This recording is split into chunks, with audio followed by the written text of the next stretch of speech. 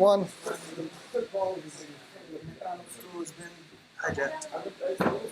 All right. Hey, everybody. My name is Vella. I'm going to be one of the teachers for BroadcasterU at this inaugural session. But first, we're going to hand it over to Kenley, who has done an amazing job. So give him a round of applause for getting this off the ground.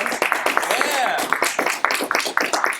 It's absolutely amazing to see this come from just an idea on paper to something with actual printed out certificates. So I know he's worked hard on this and is very excited about it. So hey, Kenley, why don't you kick us off and tell us a little bit about BroadcasterU and what you can expect. And more about Soda. So, Yeah. Hi, I'm Kenley. I'm one of the organizers of the Seattle Online Broadcasters Association. I am responsible for the live stream production logistics for watching that on Twitch. Hello, everyone. It's good to see you. That's why I'm in charge of making sure all those cameras work, all the live streams work, and also in charge of education and BroadcasterU. So BroadcasterU is a new program that we are working on to provide educational workshops and an opportunity for broadcasters to receive education on various topics pertaining to broadcasting. Is that it? And I'm going to hand it off to Vince. All right, thank you. Kenley, everybody. All right, so educating streamers is something that is brand new, and there's no real good way to go about doing that yet. So we've decided that one of the best courses to start off with is improv, because improv is at its core interactive entertainment. And what is streaming on any platform but interactive entertainment? So we feel that it really goes hand in hand. So this course is going to be all about thinking on the spot, figuring out how to refresh yourself sometimes in the middle of a stream when you're feeling like things are just, you're stuck in kind of a loop, and how to interact with your channel better. So dealing with things like trolls is something that, hey, improv comedians, we call those things hecklers, and we don't really consider them just something that you banned. We consider them a treat and something to play with, and then we kick them out. There are ways to handle things. There are ways to deal with certain situations that improv very much helps with. And the fact that we have such amazing low latency now across all these streaming platforms, you can interact with your audience in ways that are brand new and never before seen. The most amazing thing about every streaming platform is the fact that you have the ability to interact with your audience. If you don't want to interact with your audience, honestly, I feel you should go somewhere else or just make edited videos, because if you're not taking full advantage of that amazing live aspect, then why are you doing it? And so improv will give you the rules and tools to not only be a great caster when you're messing up or when you're failing at a game, but it will also give you the tools with how to interact with your chat better, how to get them to maybe respond a little bit more to what you're saying if you're having a hard time responding to them. So a little bit about me. I don't need to switch the slide because I can talk about myself. I have been doing improv pretty much since birth. My mom went to a comedy sports show. Comedy sports, if you don't know, has been around for almost 30 years. Oh, it's been a while since I've done this interdiction. It's been around for 35 years at this point. And it all started in Milwaukee, Wisconsin, which is where I'm from. And on my original due date, my mom actually went to a comedy sports show in hopes of laughing me out of her. All right. So I've been going to these comedy sports shows. I've been going to improv shows since I was a very little kid. I started when my mom took a class. They actually let me get up on stage and start doing that class with them. In high school, I started a high school league comedy sports team at my school. My senior year, they asked me to stay on as an employee, and then 5 years after that, I ended up taking over that high school league that I was in and teaching it for over 8 years. I absolutely love teaching improv. I love educating people out of failure because people get so hung up in their minds. Now, some of my mentors, some of the people that I learned improv from, one of them, you don't know his name because he's the unaccredited author, because he actually sold the rights along with all the other sketches that he was working on to two people called the Zucker Brothers, and they made his movie, and that movie was called Airplane. So one of my bosses was the writer of Airplane. And then one of the other people that I worked with on almost a daily basis was the same person that Dan Harmon, the creator of Rick and Morty, claims was the person that made him funny. I love teaching improv. As much as I love being an improv performer, I love teaching it so much more because I love breaking down those barriers that society has put up for you. Because the older you get, the more you've started hearing this word, and this word sucks. And that word is no. You know, think about that. You know, when you were a little kid and you were a firefighter, when you wanted to grow up to be a firefighter, it was always go for your dreams. You can do whatever you want. You can be a space pilot. You can be an astronaut. You can do whatever you want. And then you get around 8th grade in middle school, and all of a sudden, you're not allowed to play anymore. You know, going outside and going onto the playground, well, that's kind of kiddie. You know, you're not supposed to do that anymore. You need to act more like an adult. You know, you need to do more things that are serious. And, you know, all of a sudden, those dreams of becoming an astronaut, they start going away. And you have to be a little bit more realistic with things. And I think that's horrible. I think that's awful. And so I educate people out of no. And the big improv rule is yes and. You always want to take something and you always want to add on to it, no matter what. That is the golden rule. Now, of course, you can say no in improv scenes, but that's only if you're going forward. But think about whenever you've had a great idea as an adult now, and you have something that you're really excited for, like, oh, say you tell one of your friends, oh, I'm really excited to go rock climbing. And what happens more often than not? They come back with something negative, don't they? They say something like, well, isn't that going to be dangerous? Well, yeah, of course it's going to be dangerous. And yeah, you've addressed a negative, but the conversation just stops there. It's boring, all right? But, all right, so if you listen to somebody in a conversation, listening is the second big rule of improv. You've listened to somebody be excited about rock climbing. You understand that it's dangerous because you have common sense, but you also have a lot of knowledge that you can add on to. So, hey, I ride bicycles, and I wear this particular brand of helmet. What kind of helmet are you going to buy? You've addressed the negative in the situation, but you've kept the conversation going forward. All right? So we're going to get into it a little bit. The first thing I want to know is, what do you all think improv is? What do you think it is? Something witty on the spot that's not exactly a downer. Something witty on the spot that's not exactly a downer. All right, that's a great answer and very true. It can be very witty, and it can be very much on the spot, not a downer. Indeed. Any other ideas? What is improv? Using your creativity to continue a story. Using your creativity to continue a story. That is another great answer. Any other ideas? Thinking of random goofy shit. Thinking of random goofy stuff. Yes. Yes. So, whenever I start an improv class, especially with the comedy sports ones, you know, everyone thinks that I'm up here to teach you how to be funny.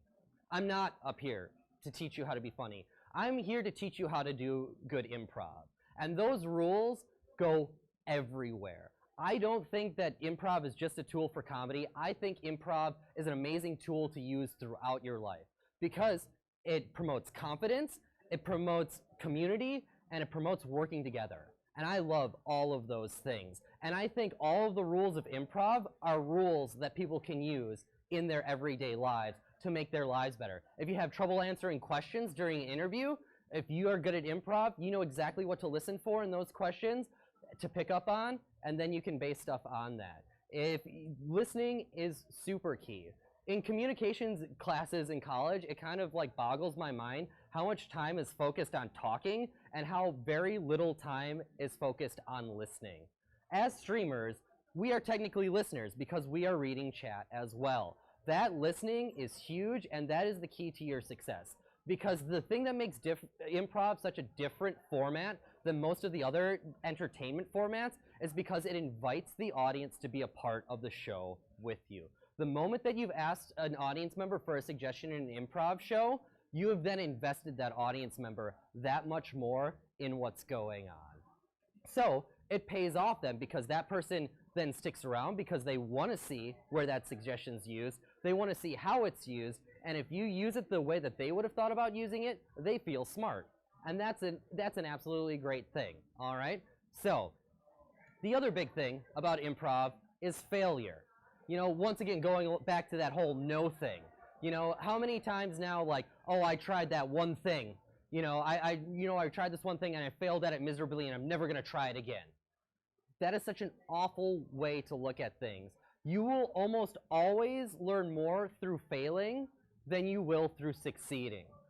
And nothing is ever a failure if you learn from it. Anybody who has ever done anything of note got there by failing more times than you can possibly imagine.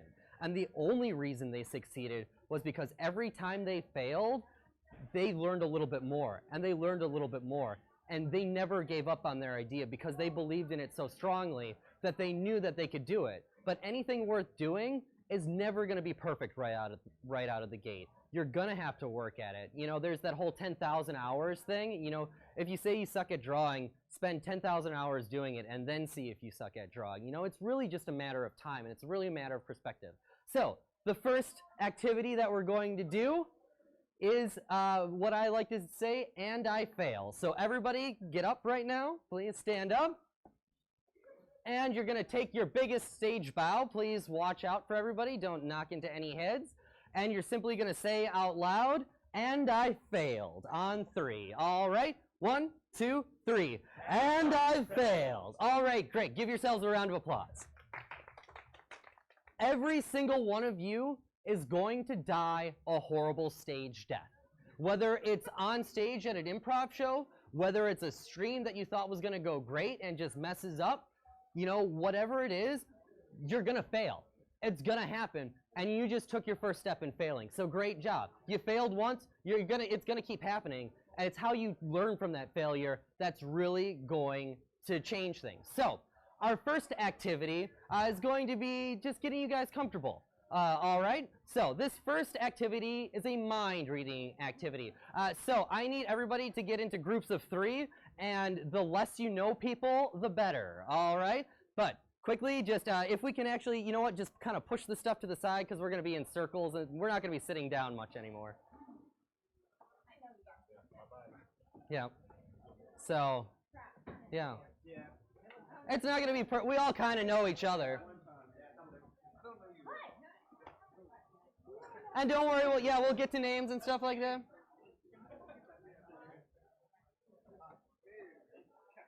All right.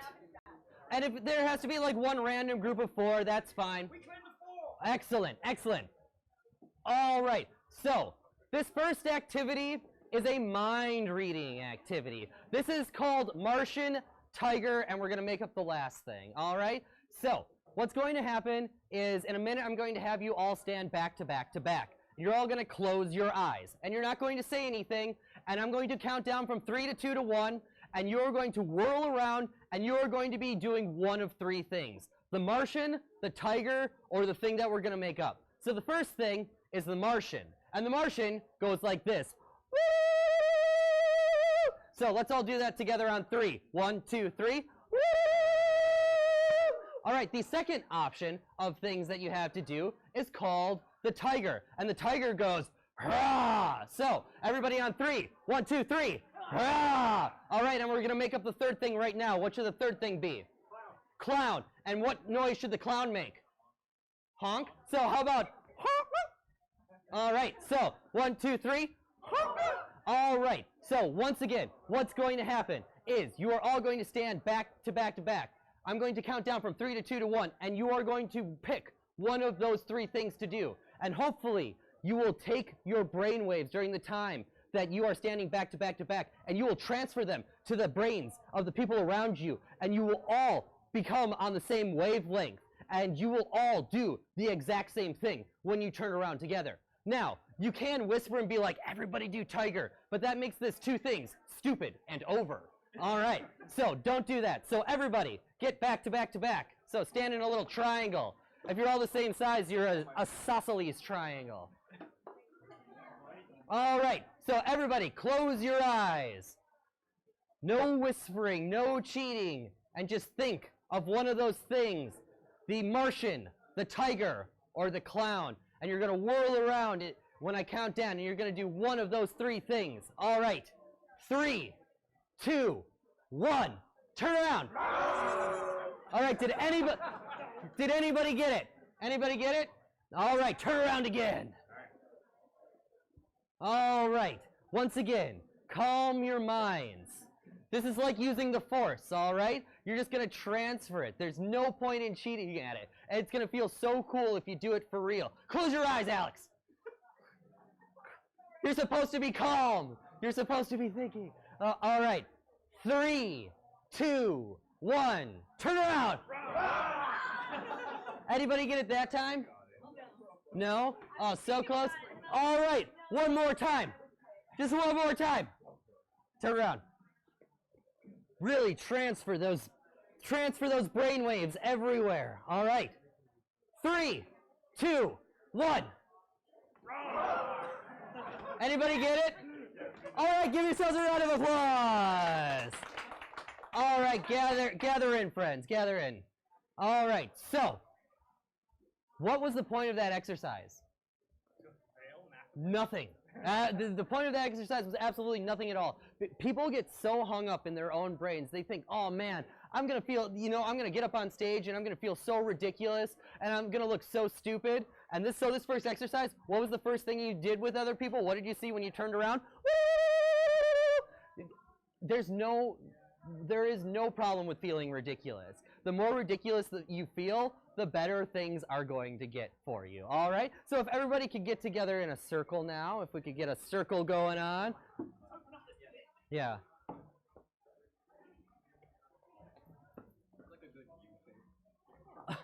All right. Yeah, I would like the. Oh, for the Ethernet. Sorry. All right. Well, I guess we can kind of work with a. We'll pretend that the camera is a person. All right. So, one of the things that I think streamers desperately need to focus on is sharing focus. Whenever you get 2 or more streamers together in a stream, it becomes what we in the improv community call talking heads. And talking heads is really, really annoying because it's just people talking over each other, and then nobody can get a word in edgewise, and then you can't do anything because everybody's just kind of talking over each other. So we all need to kind of just calm down and learn how to share focus a little bit. So we're going to do a couple warm-ups and stuff like that just to get everybody loosened up, because improv is all about, just kind of warming up your brain and warming up your mind.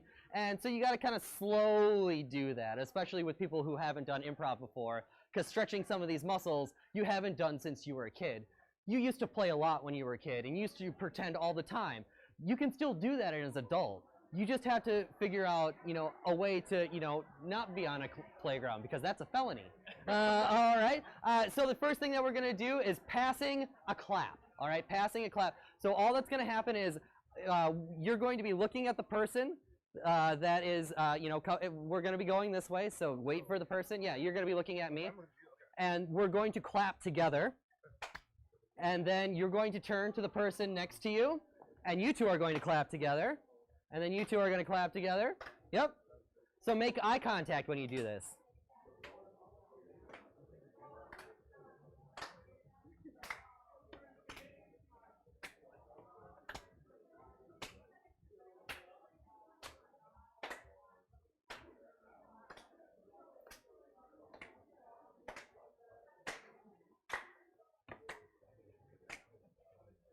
All right, good. So the next game is called Zip, Zap, Zop. What's going to happen is I'm going to point at a person and say that the pattern is zip, then the next person is going to send a zap, and the next person is going to send a zop. All right, so it's just zip, zap, zop. Now, this is another big eye contact thing, because if I just go zip, who am I looking at? But if I go zip, perfect, all right? So you really want to make eye contact with the person that you're sending it to. Otherwise, they're not going to know that they're the person that it's getting sent to. And use 100%, 110% energy, all right, friends? So just go at it. I want to hear zip, zap. Let's make all these people in the store, wonder what's going on back here, all right? So, zip, zap. So, is it a response like a clap, or is it... Just send it to another person. It's just... Sending the pattern, yeah. Zip. Zap. Zop. Zip. Zap. Zop. Zip. Zap. Zop. Zip. Zap. Zop. Zip. Zap. Zop. Zip. Zop. Zop. Zap. Zop. Zap. Zip. Zap. Zop. Zip. Zap. Zop. Zip. Zap. Zop. Zip. Zap. All right, we're going to add beep into this now. Instead of doing zip, zap, zop, if you want to turn to the person to your left or your right, you can say beep, and then the beep has to go around the circle whichever way. But if I were to beep him and then he were to beep back at me, that changes the direction of the beep, so then I would turn to him and then say beep. All right, so let's just pass a beep around the circle this way all the way once. So beep. Beep. Beep. Beep. Beep. Beep. Beep. Beep. Beep. Beep. Beep. Beep. Beep. Beep. Beep. Beep. Beep. Zip. Zap. Zop. Zip. Zap. Beep. Beep. Beep. Beep. Beep. Beep. Beep. Beep. Beep. Zip. Zap. Zop. Zip. Zap. Zop. Zip. Zop. Now we're gonna beep. Zap. Zop. Beep. Beep. Beep. Beep. Beep. Zip. Zap. Zop. Zip. All right, now the final thing that we're going to add into it is bunny. All right, so at any point you can go to a person and go bunny, and that person has to go like this, and you have to say bunny as fast as you can. And the person to your left has to be your left ear, the person to your right has to be your right ear, and they both have to say bunny as fast as they can. So would you mind helping me in a demonstration round? So you'll be the left ear, you'll be the right ear, and whenever the person in the middle is the bunny, you have to be the ear, or you will be a middle bunny. So. Just the left ear, or the right ear. Okay. Sorry, I'm direction dyslexic. Okay. So yeah, you just flank ears. So bunny, bunny, bunny, bunny, bunny, bunny, bunny, bunny, bunny, bunny, bunny, bunny, bunny, bunny. Beep. Beep. Beep. Beep. Beep. Zip. Zap. Zop. Beep. Beep. Beep. Beep. Bunny. Bunny, bunny, bunny, bunny, bunny, bunny, bunny, bunny, bunny, bunny, bunny, bunny, bunny. Bunny. Bunny. Bunny. Bunny. Bunny. Zip. Zap. Zop. Zip. Zip. Zop. Zop. Zip. Beep. Beep. Beep.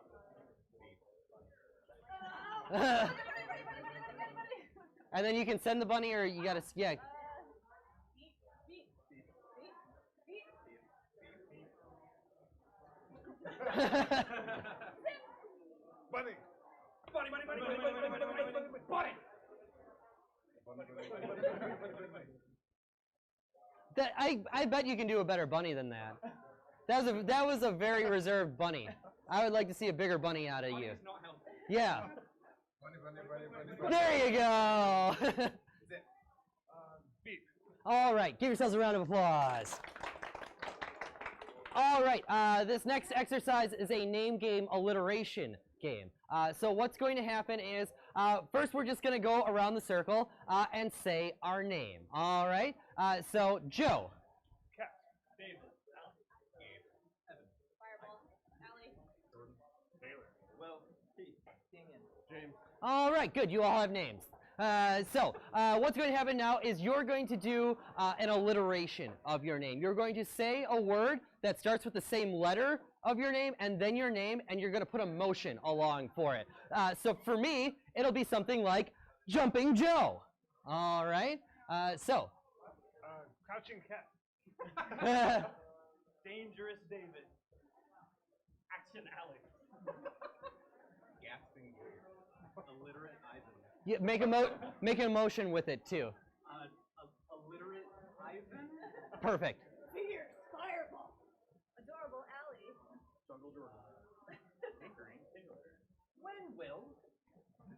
Kitchen Keith. Diving Damien. Justified James. All right, awesome. We're going to go around the circle, pay attention to everybody's names and alliterations once again. So, Jumping Joe. Crouching cat. Dangerous David.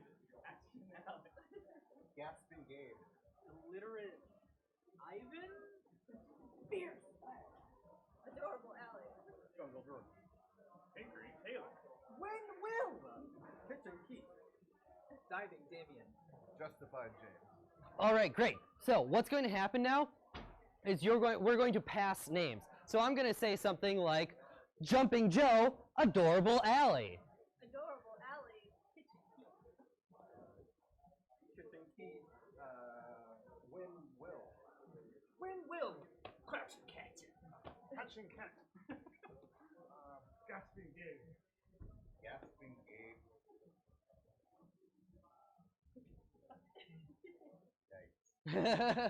Can't remember any of them? Illiterate. Ivan. Illiterate Ivan. Fierce Fireball. Fierce Fireball. Oh, I forgot my own cousin. Oh, man. Justified. Justified James. Justified James. Adorable. And? Allie. Allie. Adorable Allie. Action Alex. Tinkering Taylor. Hickory Taylor. Hatching Cat. Crouching Cat.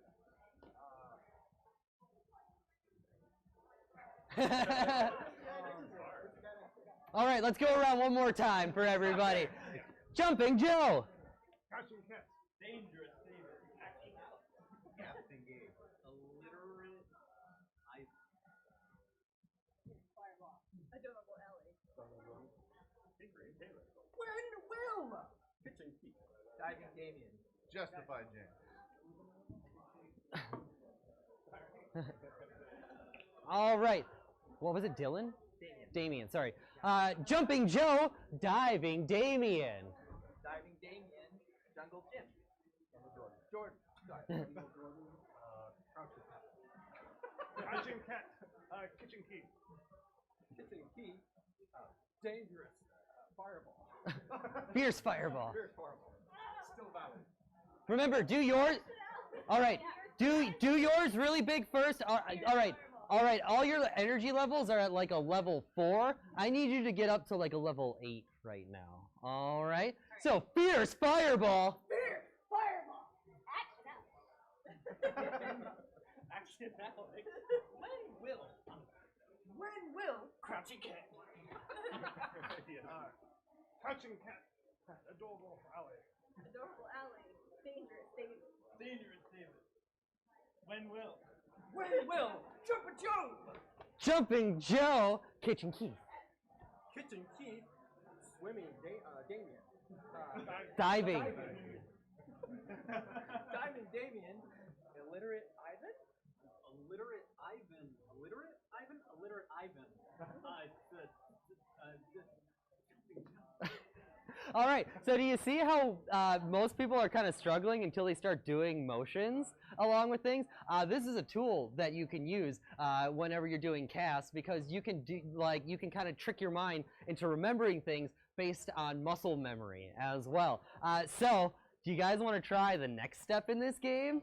Yeah! All right, so the next step in this game is we do it silently. All right, so instead of saying people's names, you simply do their actions. All right, so it would be something like,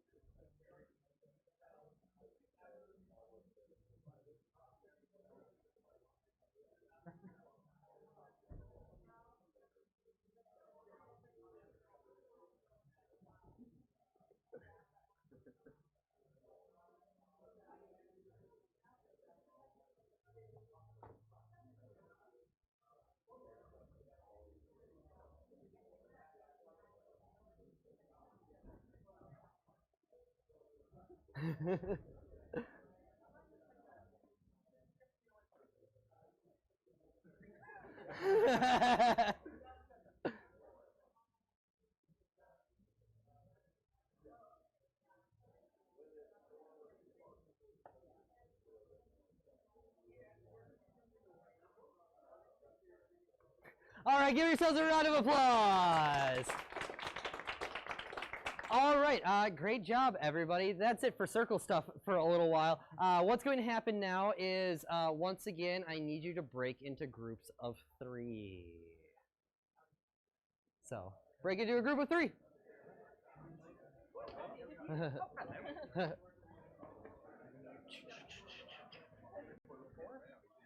Oh yeah, if there has to be one group of 4, I guess that'll kind of be fine.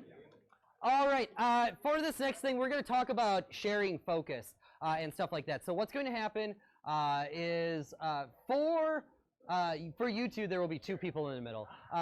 One person will be in the middle of this conversation, all right? And flanking on either side, you're going to have 2 people talking to you about the exact same thing. Now, you're going to start off talking to one person, and I'm going to yell out switch, and only the person in the middle is going to switch and start talking to the other person at that point as well. And this is just kind of a shared talking exercise, and to show you how hard it is to understand what's happening when 2 people are talking at the same time to you. All right, so the people flanking are going to be talking about their favorite trip or vacation, just a time that you got to escape reality for a little while, whatever that was, wherever you got to go. And then the person in the middle, when you're on that, whenever you're switched to that person, it's your job to ask questions about whatever it is they're doing. So ask like, oh, you know, if there's something that you want to know a little bit more about, like, did you drive there? Did you fly there? Ask questions like that. But you also have to be listening. Try to keep focus and try to listen to both conversations and see if you can keep up with what the person behind you is saying, so that when you switch, you can keep up with their conversation as well. So, oh yeah, sorry. See everybody when I'm panning the camera. Panning the camera, sorry. All right, so we're gonna do this a couple times so different people can be in the middle. So, once again, people on the sides talking about their favorite vacation. And simultaneously, yeah, both people are flanking, talking about their favorite thing. Person in the middle, pick a side to start on, whichever person you want to start on, kind of focused on. But actually, like, physically turn your body towards that person. All right? And then for you guys, you'll kind of just, you know, switch who you're asking questions to. So, oh yeah, fair enough. So, all right, and go.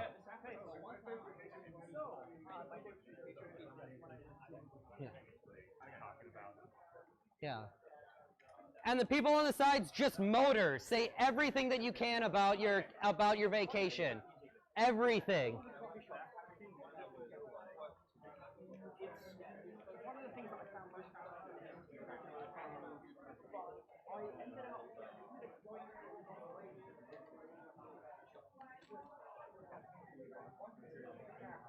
Switch.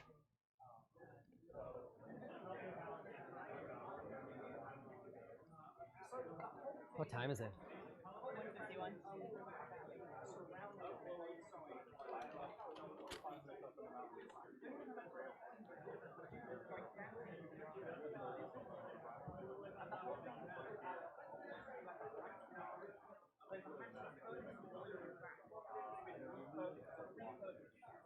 Switch!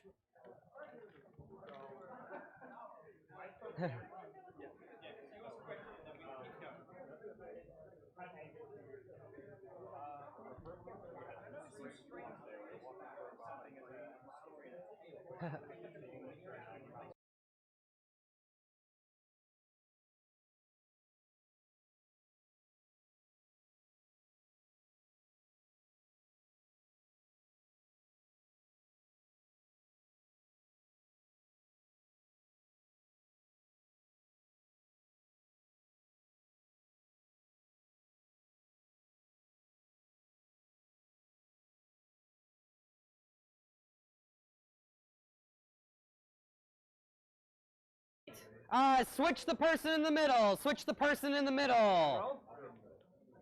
All right. Now the people on either side are going to be talking about a scary experience. Sometime when you were scared, whether it was in a haunted house, or you got robbed, or you were on a roller coaster, whatever that might be. You're going to be talking about an experience that scared you quite a bit. And begin.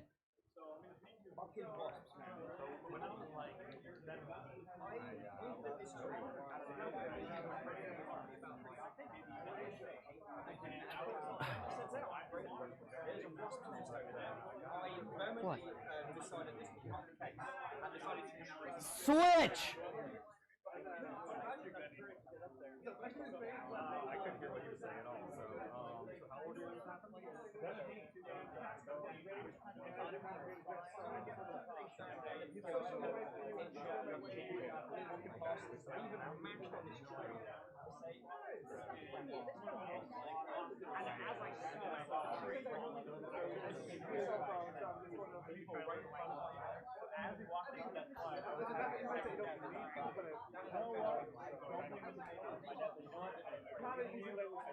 Switch!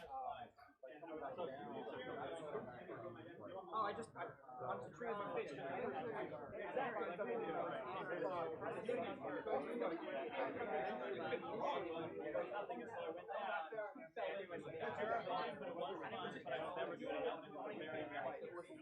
Switch!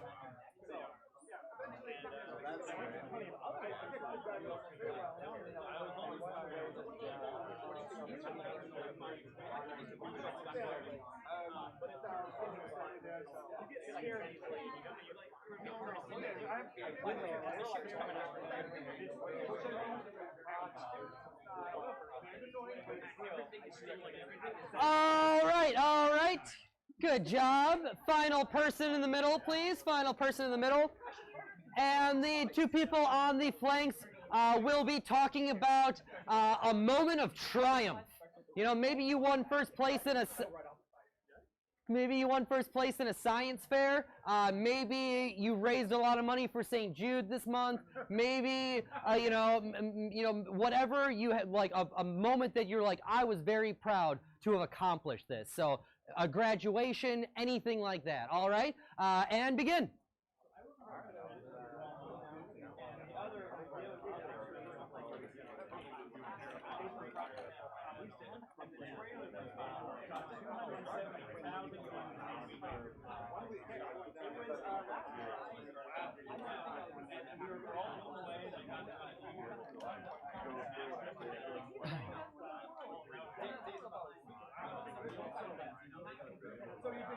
Switch!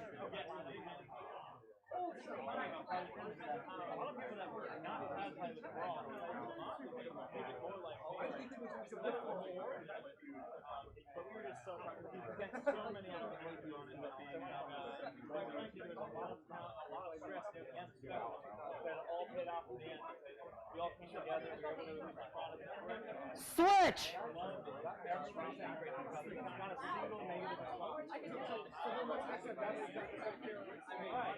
So now we can listen to community feedback.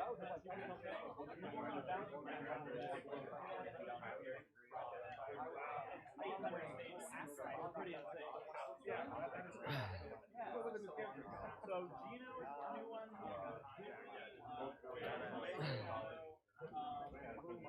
Dr.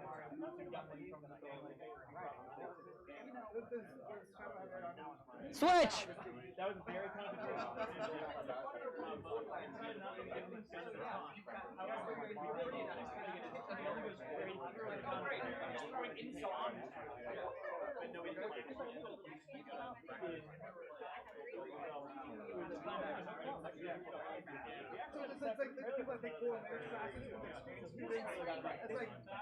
All right, give yourselves a round of applause. Circle back up. All right, how did that feel? Frustrating? Yeah, it really sucks talking to the back of someone's head, doesn't it? Yeah, it's real annoying. The most exciting part of the conversation was the part that they didn't hear because he was facing the other person. Aw. See, and that's another thing too. Isn't it really frustrating when you have something awesome to say and then all of a sudden somebody's focus is just like over here? Hi. Yeah, it's just really weird. So it's really things to be aware of. You know, as an improviser, this is something that like whenever I hop into Discord with like more than 3 people, it's just like, can everybody please just calm down for a second? Like, and now that like you kind of see that, it's like, oh, so how are some ways that we can slow down conversations? All right, that is asking questions, letting people have the proper amount of time to speak, and if somebody has something to say, let them say it before you hop right onto it. One of the things that I, am constantly seeing on Twitch and stuff like that is the one-upsmanship. Like, whenever anybody has a story, they are so excited that they can't help but, like, talk over the person to start telling that next story. Because, you know, they want to make sure that they have it in their head. And that's awful. That doesn't look good. That doesn't feel good, you know, to the person whose story is getting passed up. So really be aware of people's conversations, especially when you're streaming with a group of people. And I truly believe that the community aspect of streaming is what's going to make it huge in the next couple of years. The only way that you're going to survive as a streamer is not by yourself, but it's doing things as a group, as a community together. So the more that we can do to strengthen those things, to make it easier for us all to stream together and to be on kind of the same page about like, hey, you know, please don't talk over me with things, the easier it's going to get, all right? So now we're going to get into like kind of the more scene work kind of stuff, getting you guys kind of used to coming up with more stuff on the spot. So the first thing we're going to do that is a thing called Everybody Go. And this is just, once again, to get everybody's energy level up a little bit higher. So what's going to happen is that one person at a time, we're going to step into the that person's going to step into the circle, and they're going to go, everybody go, and then they're going to do a big motion, and they're going to make some noise that goes along with it. So I'll go, everybody go, yeehaw! And everyone's going to go, yes! Yeah, first everyone's going to go, yes! And then we're going to do it, yeehaw! So we're going to go this way around. It just has to be some sort of big motion. Make sure you say, everybody go. I want to hear, I want you to say it like you're getting a football team ready to go out onto the field. Everybody go! You know? So, everybody go, yeehaw! Yes! Yeehaw! And then stay in the middle for the second time after the yes, all right? Yep. I'm not tracking. Just go in the middle, do a weird motion, say everybody go, do a weird thing, and just a sound that goes with it. Everyone's going to say yes, and we're going to do that exact same thing. We're going to just try to mimic you. Yeah, and step right into the middle. Everybody go! Yes! And then step back, yep. All right. Yeah. Everybody go! Use! Yes! Yes! Yes! Say everybody go. Oh, sorry. Everybody go! Yes! Yes! Yes! All right, now we're going to vary all of them up. No more yes modifiers, all right? Do something weird, wacky. This is about trying to come up with whatever, all right? But we're going to go in order. Oh, we're going to order. Yeah, we're going around the circle. All right. All right, everybody go. Yes! Woo!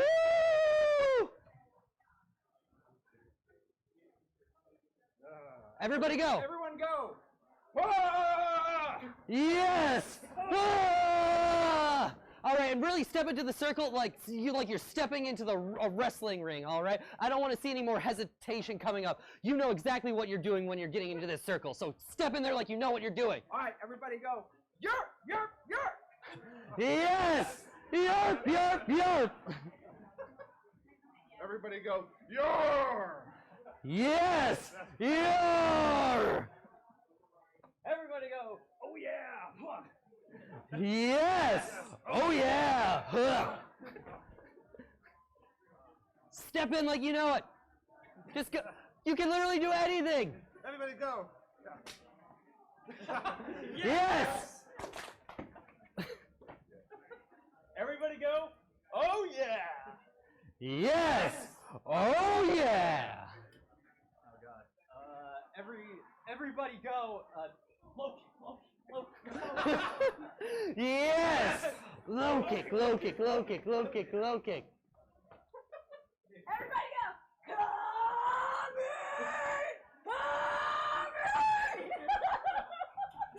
Yes! Coming! Coming!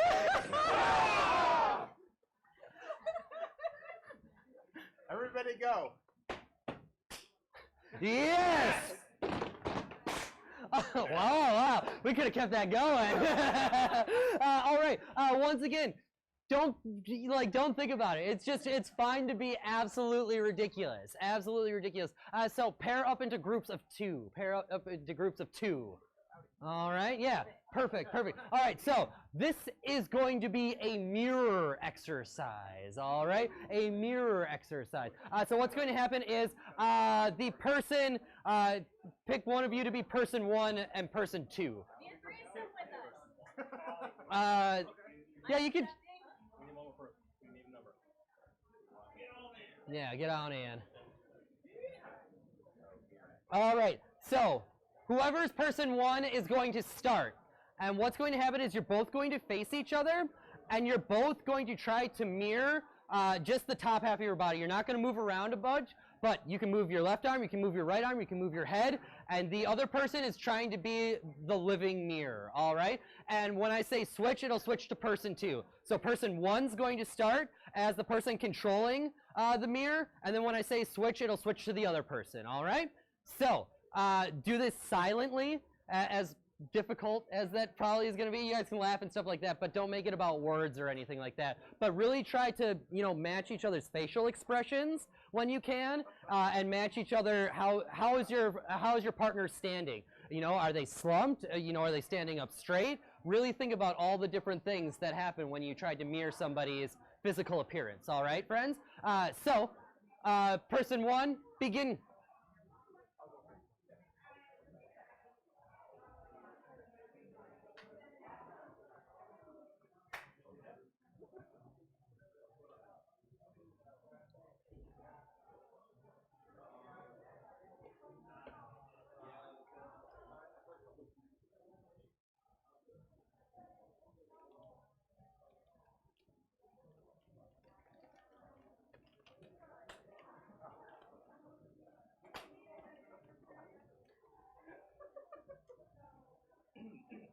All right, switch it up.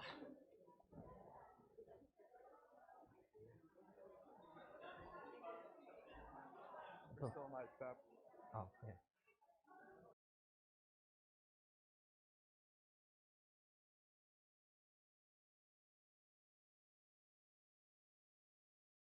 Switch to the other person now. The other person is now the mirror. Or, yeah, so...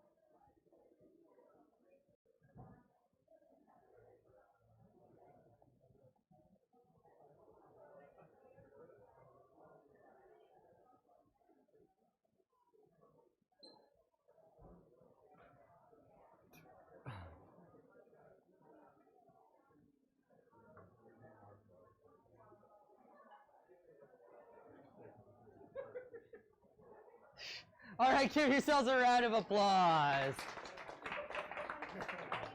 Y'all some weird mirrors, I'll tell you that much. All right, we're going to get more into the scene work stuff.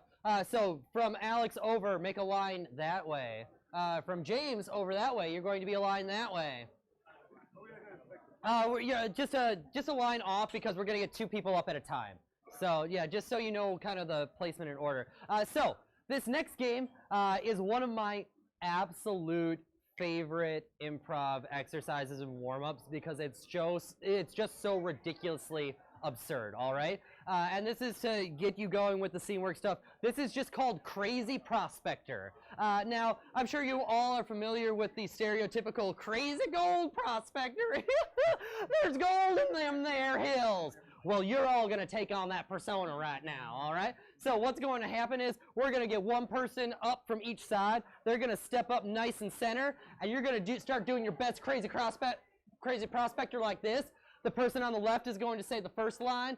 The person on the right is going to say the second line. These lines don't have to match. They don't have to make any sense other than being a complete English sentence, all right?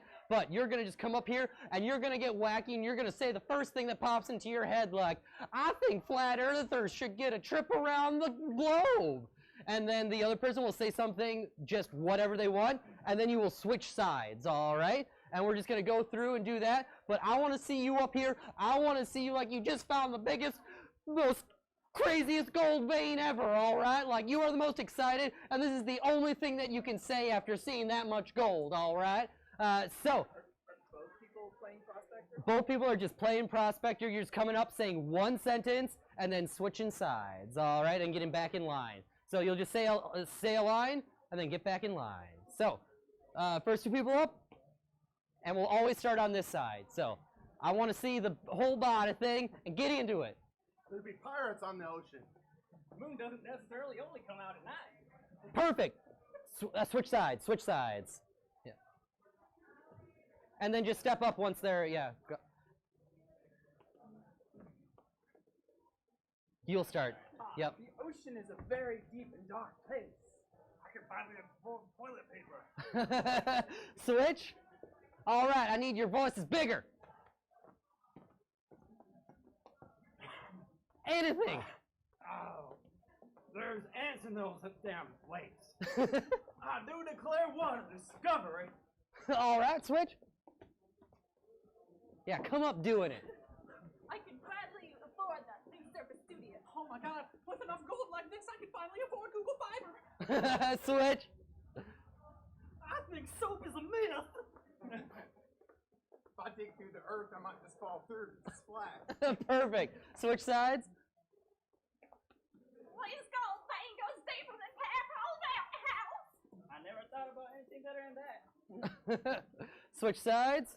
Start on this side, remember? I might finally not have to drink my own piss. I like them peanuts over there. Perfect switch. The moon is made of cheese. I sure hope we don't end up in Deadwood. Reach for the sky. Goldfish are my friends.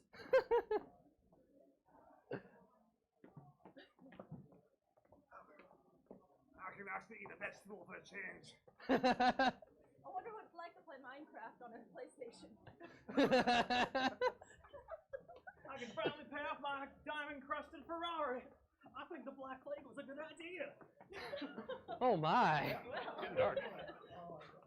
So, I haven't actually played Red Dead Redemption, so I don't know many Southern stereotypes. Me neither, but I'm gonna try that one day. I bet the dark side moon's full leprechauns. I completely forgot to diversify my portfolio. It's one of them fancy thinking hillbillies. I'm so literally, I put mall instead of mail at the end of my email address. This is the most physical activity I've gotten in ages. All right, we can stop right there. Give yourselves a round of applause. Once again, I'm just trying to get your brains thinking and just getting ridiculous. So, the next thing is a game called Yes and this is just kind of a workshop thing to get you thinking the right way. Because remember what I said, no kills everything. You know, imagine if I went up to Alex and I was like, hey Alex, you want to go skydiving? Nah. You want to go rock climbing? Nah. You want to go get tied to a pole and slathered in honey so we can catch bears? That'll be fun. See, like how much more interesting is it if he just says yes to the situation instead of no? So many times it seems people will get tripped up because they don't know what to say next, that the immediate thing they'll go to is no, because it then starts an argument, and arguments are the easiest thing to do. And arguments are boring. Arguments go nowhere, and usually they're just, you know, they usually just end up being pretty one-sided anyways. So, you never want to argue with people. So what's going to happen is that the person here is going to initiate with some sort of offer. Now, when I say offer, I don't mean a question. Questions are also death, especially in improv, and I have another game after this that really teaches that, but the more you ask questions, the more that's you just passing the improv onto your partner. You're saying, I don't want any part of this, I want you to figure out what to do next. So instead of saying, you know, do you want to go to the store, say, oh, I'm out of milk, we need to go to the store. Instead of making it a question, you can make it a statement, all right? So almost every single question that you want to ask in a scene can be made a statement instead. Now, confidence is the biggest rule in improv. no matter what you do, if you can sell it, that was the right thing to do. And that is the exact same thing with any sort of theater and what we do on streaming.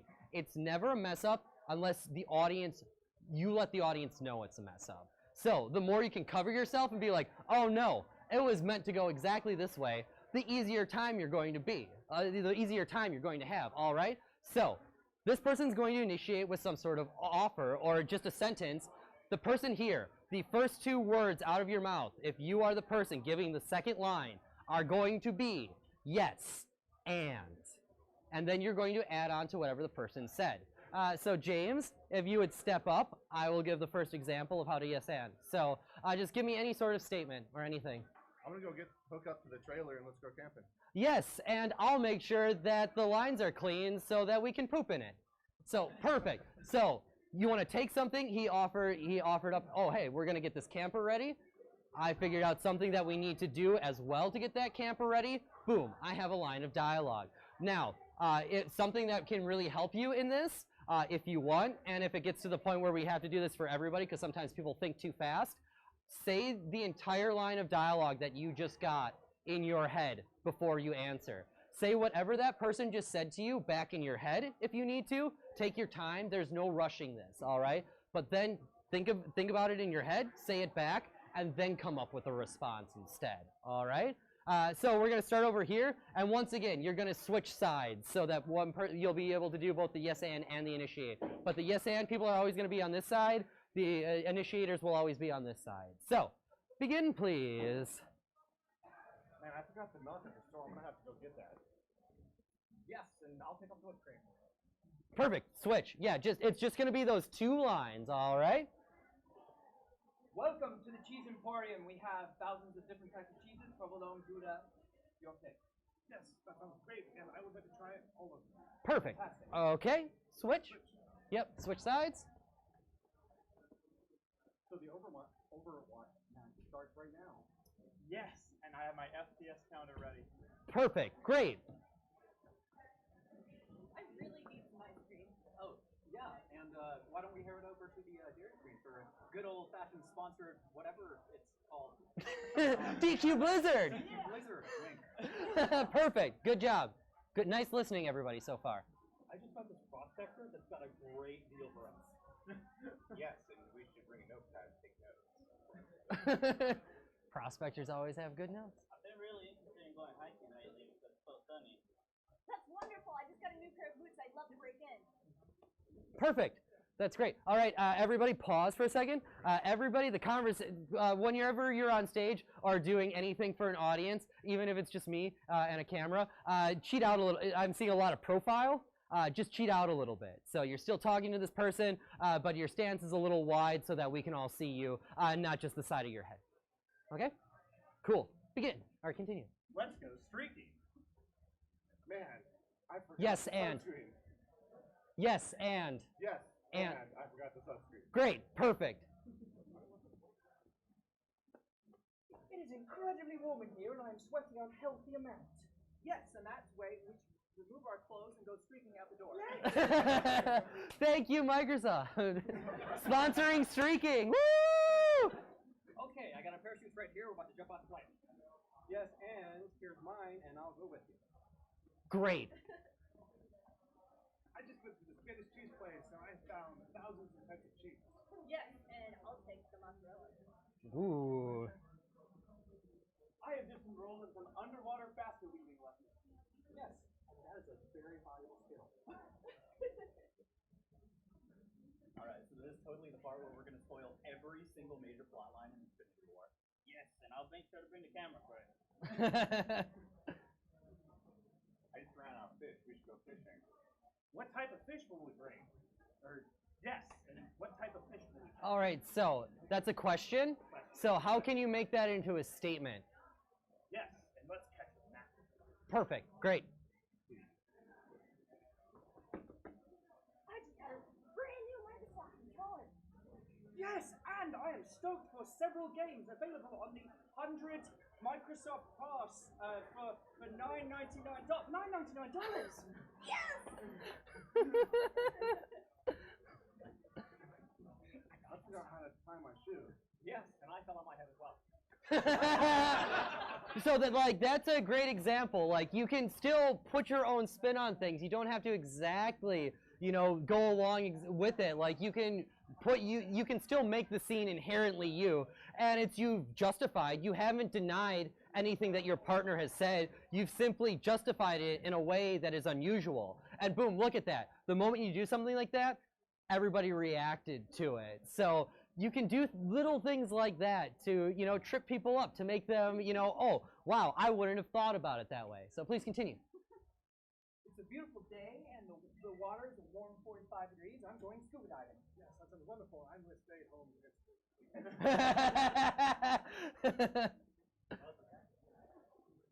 I just got some tickets for Solo. Yes, and I do have poor taste. Oh. I liked it. I haven't seen it yet for the record. I just got brand new aquarium. Oh, yeah, and what fish for? So, Dory, Finding Dory. Any of those at this aquarium? So what was your original line? Mine was, I just got a new aquarium. And then you were going to say? I was going to suggest fishes that she could put in them. That's so something like, yes, and I think you should get a mackerel, or, you know, or anything. Yeah. I don't know why mackerels are on the brain today. So. Koi, yeah. Koi. All right, switch it up. Keep going. Prospects are cold like kidney. Yes, and you can read about it. Each playoff season is pretty unpredictable, I'd say. Well, I think it's time to fall. All right, give yourselves a round of applause. Yes, and really, really nicely done. That can sometimes be just like everyone's aboard the question struggle bus, because isn't it? It's really easy to deflect with questions, isn't it? Think about that when you're asking chat questions. Think about how much time it takes them to come up with answers sometimes. So sometimes you can do statements and stuff like that, and they will still pick up on what you're saying, but the moment you ask people questions, it tends to put them on the spot, and then they kind of freeze up. So just watch out for things like that, all right? So for this next, you guys want to take a little break? 5-minute break? I think everybody could use a 5-minute break. So 5 minutes, get some water, use the restroom if you want, and we will get back to it. Yes. Cool. Oh, sorry.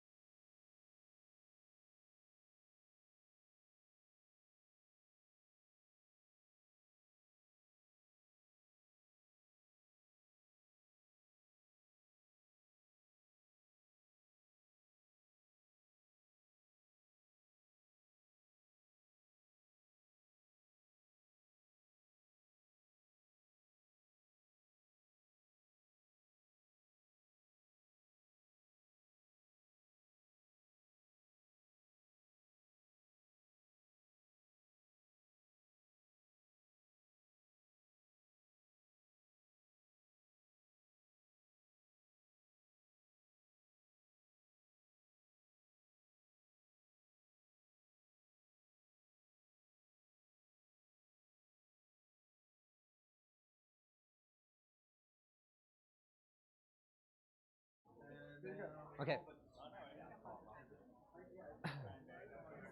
You can all have a seat for a minute here. Yeah, it's Microsoft. They've got money, right? Alrighty.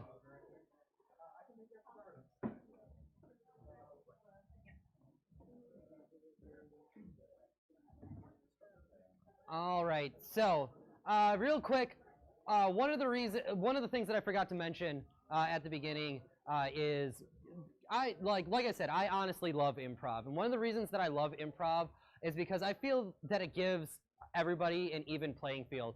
You know, there's that great Einstein quote: "If you judge a fish by its ability to climb a tree, it'll live its whole life thinking it's stupid." That is honestly one of the most true statements I think, you know, that I've ever heard. It's so unfortunate how in society today we feel we need to act this certain way, and we're not allowed to play anymore. I absolutely think that adults especially need to play. You need an outlet, because people who don't know how to play, I truly feel that those are the people that talk about their friends the most behind their backs. They have nothing to talk about except the negatives in their life. You need that outlet. You need something to be a positive focus. And one of my favorite things about being an improv teacher, and the main reason that I was always okay kind of taking a back seat, you know, I was never really the most popular improviser at the places that I did, but I was a great teacher, and it got to the point where we have a minor league that they're supposed to take people from, and they were instead they weren't taking anybody from the minor league, and they were instead taking everybody from my high school league. And so they were taking, you know, my high school students and putting them into these professional comedy sports matches where these kids are getting paid to do improv. And I thought that was really amazing. And the main reason that those kids got to that level was because I never treated them like kids. I always treated them like adults. I always treated them exactly how I wanted to be treated. And it was so amazing how sometimes I would have teachers come into my classes or the performances, and they would come up to me afterwards and be like, "That student does not say a single word in class, but he got up on stage today and pretended to be Batman for 5 minutes." And, you know, it's kids like that I love teaching improv and also getting to do improv around. And I'm going to tell one anecdotal story. I used to actually get paid to do improv shows all around Wisconsin. And so the end of the year, like graduation shows, were always a big deal. You know, we would get entire high schools and stuff like that into the auditorium and do shows for them. And we would always invite volunteers up on stage for certain shows, or for certain games. And one of them was audience sound effects. And I was running this particular show, and I see a kid kind of sitting by himself, but he's got his hand raised as high as he possibly can. And he comes up and he plays this game called audience sound effects. And he absolutely kills this game. Like, he's doing every sound effect on point. Things sound exactly like they're supposed to. It's amazing. And by the end of it, this entire school is cheering for this kid. After that show, a teacher comes up to me and says, "I am so happy that of all the kids, you picked that kid, because 10 minutes before that show, that kid was crying in my classroom about how kids were picking on him and how he thought he wasn't going to have any friends for his summer." And by the end of that 5-minute improv scene, we had the entire school cheering for that kid. That is the power of improv. That is the power of getting people together and not saying no to somebody and welcoming and accepting everybody. And, you know, Twitch has its share, and all the streaming services have their share of people that want to share with you and want to be a part of your community. So when you're willing to accept them and be a part of it, magical things can happen. So don't deny people sometimes if they say something weird. Figure out a way to add on to those things instead. So that's just my little anecdote about improv and why I think it's so powerful as a thing. So the next game that we're going to play is a game called What Are You Doing? This game is once again trying to get your brain firing on how to how do I say this? How to just switch things up a little bit, how to mix it up, and how to justify. That's the word that completely escaped my brain for about 30 seconds. How to justify things. So have you ever played this, Will? I might play it very much when I volunteer. Yeah, sure. So what's going to happen is that we are going to get a suggestion, something like camping. And so all of these What Are You Doings are going to have to revolve around camping. So what's going to happen is one person is going to initiate by just doing some sort of motion. Then the other person is going to ask the person doing the motion, what are you doing? And they must respond with something other than what they are doing. And because we're doing it with the themes, the theme will have to revolve around camping. So Will, are you ready? Yeah. Sure. So I'll start with the motion. What are you doing? Pitching a tent. He will then pretend to pitch a tent. Now, using the motions and stuff like that that you then have, I'm going to ask him, what are you doing? And you must respond with something other than what are you doing. So what are you doing? Destroying my hand. Oh my God! It's so terrible! Oh my goodness! What are you doing? Trying to light a lantern. I got my life. You can just you can mime out whatever you want and stuff like that. You can just take it on. Sorry, it doesn't. The hand motions don't matter. Just say something that's related that doesn't look what you're doing. So if you say you're like I'm brushing my teeth and it looks like you're brushing your teeth, you're out. All right. So you want to come up with something just other than what you're doing. So let's get a theme. Any park. So going to the park will be this round of what are you doing. All right. So after you ask what are you doing, you will start doing that, and you will also start talking about it as well. So if it was once again back at camping, it'll be like, oh, I can't seem to get this lantern going. You'll keep that kind of train of thought going until you are asked what are you doing. All right. So I'll initiate with the action again. Okie dokie. Yep. What are you doing? Grabbing plastic bags in case my dog makes a mess. What are you doing? Stuffing him into I went into a weird direction there, and I am sorry. It's all right. Yeah. Anything park related. I've been in Capo. It's weird. Yeah. I derailed myself there. That was an art form. It's all right. Yep. Okay, what's your recovery method for self-derailment? Self-derailment? Well, see, this is a game that, this is what we would call a head-to-head game, and this is about trying to trip up your opponent anyways. So this is just all about trying to go as fast as you can, and if you mess up, fail big. If you fail big, all right? So we'll start again. Let's get a different topic. Streaming. All right. All right, so I'll initiate with the action. What are you doing? Talking to my doctor about carpal tunnel syndrome. You can actually use words, too. I'm allowed words? Yes. Everything hurts! Have you played Dota for 20 hours? What are you doing? Desperately trying to unhook these claws. Oh, these claws are connected to the keyboard and they're really expensive now. Yeah. What are you doing? Asking a popular streamer how to get big streaming, even though I know that's not the way to get big streaming. Okay, hi, I'm a real big fan of your show, and I want to do a What are you doing? All right, hesitating. All right, line up 2 lines, please. 2 lines. This round. I've taken out you don't want to mess with me in this game. Challenge. Oh, if you want to get really hard, we can make it initials, all right? But we're just going to start with themes, all right? So first 2 people up. You will initiate the motion, which means you will ask, what are you doing first? And this round will be about the circus, okay? So initiate with your action. And you are, when you're asking, what are you doing? It is not just a question, it is a demand, all right? So it's, what are you doing? I want to see it at that level 10 energy that we were talking about earlier. What are you doing? And then the response, of course, has to be answered back with that level 10 energy. All right? So start doing the motion. What on earth are you doing? Tending a lion. Big. Get back, lion! Back! Don't eat me. What are you doing? I am juggling flaming balls of fire. What are you doing? I'm trying to figure out my next career move. You can stop doing the motion. Yeah. I'm trying all the different clown noses that I have. Talk about it. Oh, okay, this one's too quiet.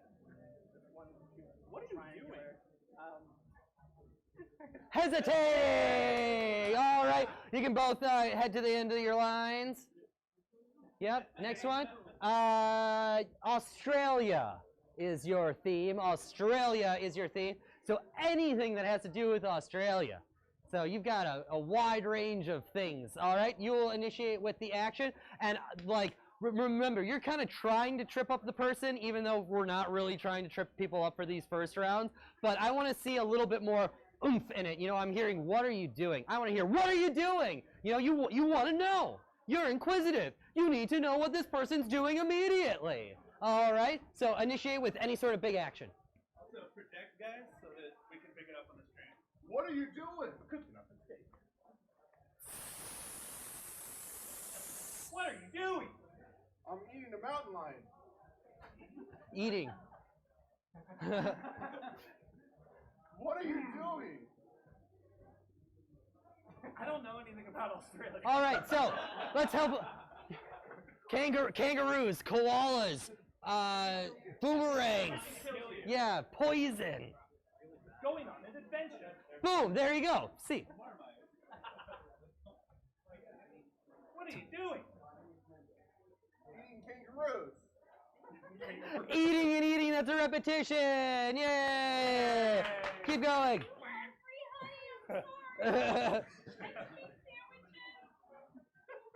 All right, this one will be about robots. Dude, what are you doing? I'm trying to break the prime law of robots. What are you doing? I'm trying to make my Gundam as cool as it can possibly be. What are you doing? I'm clearly adjusting sprockets.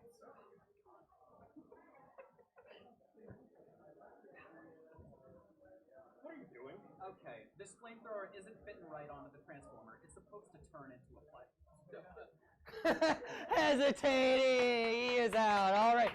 All right, everybody, you're not talking about what you're doing. It should be that constant, like, remember, you're streamers. You have to constantly be talking about what you are doing in stream, right?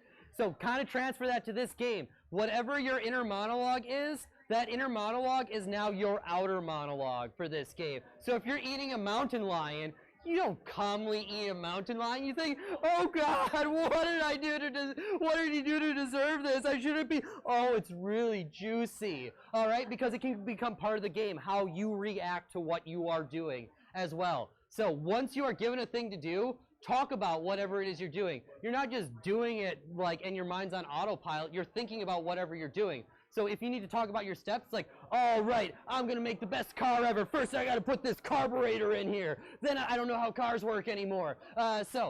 Just whatever your inner monologue is, make that your outer monologue for this scene. And really try to make the motions different. Okay? So, begin. You need a topic. Castles. Castles. What are you doing? Feeding the prisoners. Please, I'd like some food. Talk about it. Open its door. I hate doing this every day. Perfect. What are you doing?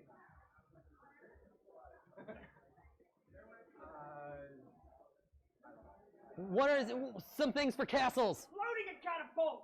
Loading a catapult, sir. Loading the catapult. Pulling it back. What are you doing? Getting ready to dump some oil out as a Norman. Hello,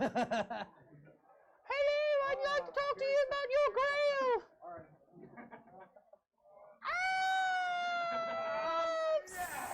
What are you doing here? Cooking my steak here in the pit. Cooking a steak. Sizzle, sizzle. Season it. Salt's big, expensive. What are you doing? Hesitating.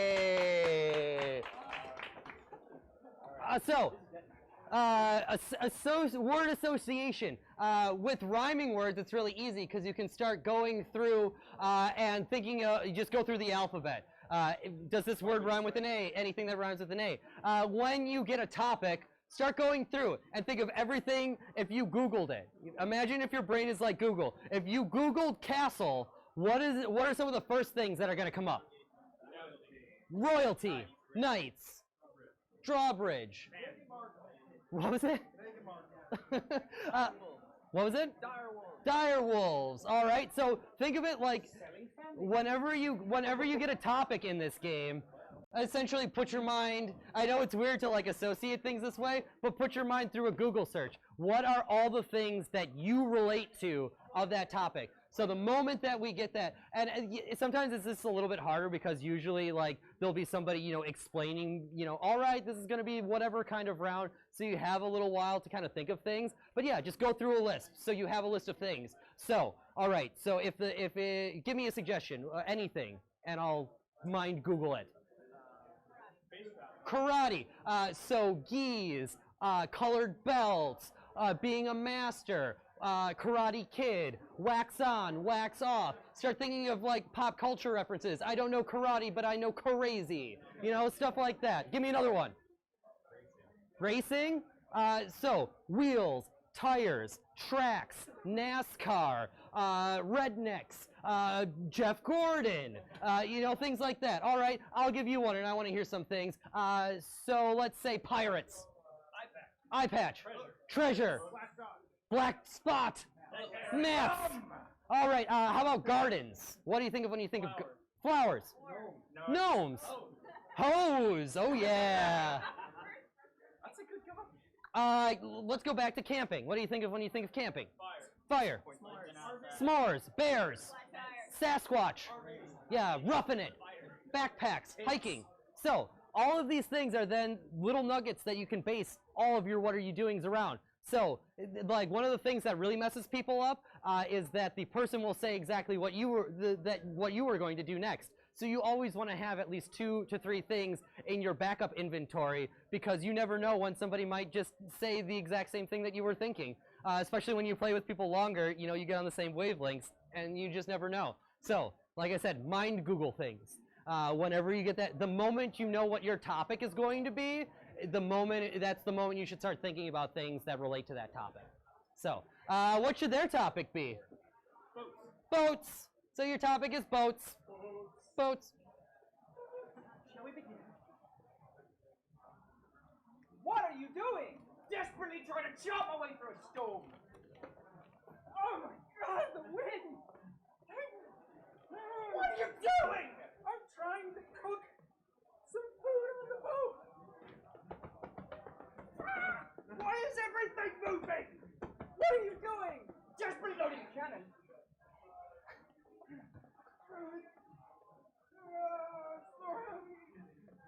What are you doing? I'm trying to take a nice swim in the water. Oh God! You see, I am not going in that. Din din din din din Oh, din God. din din. What are you doing? I am desperately taking command of this ship. Yeah. Ah! It's fine now, everybody! Stay back! What are you doing? I'm trying to read a book peacefully on the bow. Trying and trying, you repetition, which has happened a couple of times, but I just want to keep it going. So yay! All right, keep going, keep going. All right, next topic for them is scuba diving. Scuba diving. So once again, we'll start over here. What are you doing? I'm trying to breathe air into this faucet. Talk about What it. are you doing? I'm trying to make sure I don't drown. Don't worry about it. What are you doing? I just blew up a really big balloon. What are you doing? Making sure I'm ready for this trip, because it's going to go down soon. What are you doing? Good fish. I'm building a sandcastle. What I need are a little you bit more doing? over here. Just want to make sure I can make this wave go a little bit higher, so then I can make sure I can see through it. I don't know what that means. Yay, rotate. All right, next suggestion. Performing at a rock concert. Performing at a rock concert. Yeah, start with anything, dude. What are you doing? Tuning my violin.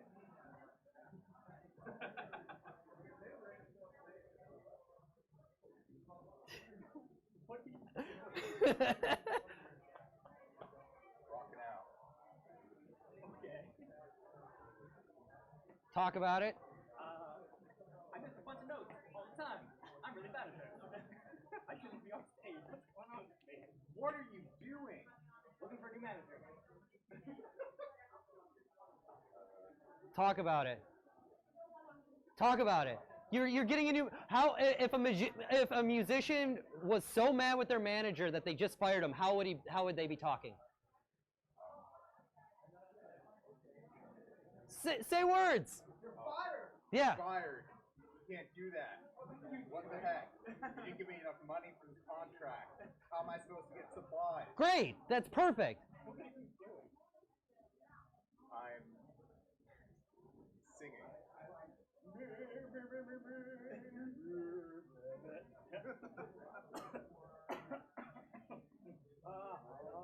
What are you doing? Trying to quit smoking. And rotate. All right. Good job, guys.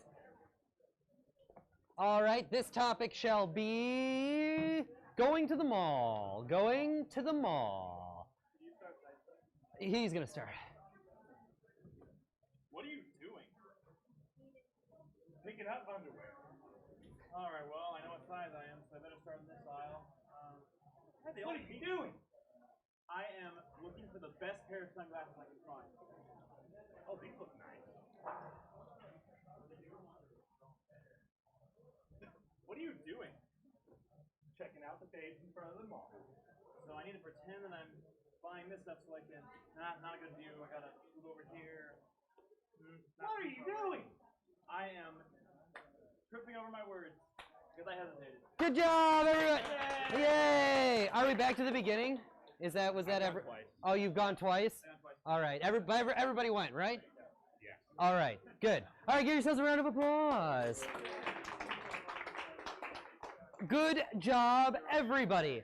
All right. So this next game is really fun. We're gonna need 4 of these squares here. We're gonna need 4 of these squares. Not that square. Oh yeah, not that square. Yeah, not that square. You got 4. Yay! Okay, so this game is a game called Hitchhiker. What's going to happen is everybody's going to be lined up on this side, and we're going to get 3 people into this car to start. I'll start off driving. And what's going to happen is that this seat is going to start off open, and whoever the next person in line is, they're going to stick out their thumb, and they are going to be a hitchhiker. We are going to pick up that hitchhiker. Whoever the driver is, they are going to then get out of the car. They are going to rotate out of the game, okay? So it'll be like, oh, we got to pick up that hitchhiker when there's 4 people in the car. Find a reason to leave. Justify a reason to leave. Like, oh, I need to go get some gas from that gas station. See ya. And then, run out of the car. Now, what's going to happen is the first 3 people are going to start off normal, but the person who comes in as the hitchhiker is going to have an endowment about them, a characteristic about them. So you can pick an accent if you want. You can pick an emotion if you want. You can pick a personality type. And everybody else in the car is going to have to pick up on whatever that person is doing. And everybody else in the car will change to whatever the new person's thing is. So if you're all acting really happy and then somebody comes into the car sad, everybody in the car gets really sad, okay? So the point of this is to make it very clear what you're doing in that back seat so that everybody else can pick up on it. So like I said, you can pick an emotion, you can pick a character type, like if you want to be a pirate, you can absolutely be a pirate, but the key is to let everybody know exactly what you are. But here's the thing. One of my favorite lines from Futurama is, you can't have your characters say what they're feeling. That makes me angry. All right? So instead of just like getting into the car and being like, I'm mad, how are some ways that you could show somebody that you're mad? Are we there yet? Your fists, yeah. You can be clenching your fist. You can have that skull on your face. Tense body language. How you talk. Hi. As opposed to, hi. Thanks for picking, the moment you get in the car. Thanks for picking me up. Thank you so much for picking me up. I didn't think anybody was gonna, instead of just being like, I'm so sad, I can't believe it. Figure out a way to justify it within your character's context. Why they stopped, and make that a reason that you can use, or how you can use your emotion. All right. So everybody just get on that side, except if there's two people that want to join me in the car. And I'll be on the side there if you need help or anything like that. But one person's going to have to stick their thumb out after about give them I'll tell you guys when to stick the thumbs out and stuff like that. Where are we going? We're going on an imaginary trip. Where are we going? Disneyland. I prefer Universal, but whatever. So we're going to Disneyland. Whoever wants to be the first person up, just kind of get into a line because you're all going to have to do this. I'm going to make you all do this. Yeah. You're just going to be kind of having a conversation about Disneyland and stuff like that. So we're just going to kind of start off neutral, and then in a little while, you'll kind of get it. All right? So you all ready for a trip to Disneyland? Oh, I can't wait. It's going to be so exciting. What? Oh, see, I can't wait for the new Star Wars land stuff. That's going to be sweet. I heard you got some lightsabers to give out. Lightsabers? I want to get into a lightsaber fight so bad. Oh, hey, there's a hitchhiker right there. We could pick him up. Sure. Yeah. Oh man, I'm so glad you guys picked me up. Oh, yeah. I know, I feel you. Oh. Very hot. It's up as far as it can, but it's like we're on the surface of the sun in here. At least we have the wind in the windows. Wait, I want to go down. They are down. Yeah, I can't believe it. It's so hot. Does anybody have any water? Do I have any water? Oh, yeah. I think I got somebody. Oh my God! Somebody just threw water through the windshield. I can't believe that. I think there might be another hitchhiker coming though. Oh. We need. Oh, all right. And then you're gonna move here. You're gonna move there. You're gonna move over. All right. You guys pick this guy up. I'm gonna try to find a freezer. Hey, are you guys sure it's okay that I'm here? Are you guys sure it's okay? I mean, I think. Is it okay? Are you guys sure about that? Is it okay that you're here? I mean, I'm not sure. I'm not sure about that. I think okay. Well, I just want to be considerate of nature, so I was trying to walk, but I don't know. I feel bad about it. We're going to Disneyland. Oh, that's great, but are they gonna mind? It's a little crowded, don't you think? Yeah, it's a little dangerous. It's too expensive. Yeah, I'm kind of uncomfortable going to big crowds. Oh, man, we have a hitchhiker over there. Let's pick him up. All right, let's do it. I think I'm gonna have to go get some food real quick. I'm a bit hungry a little bit.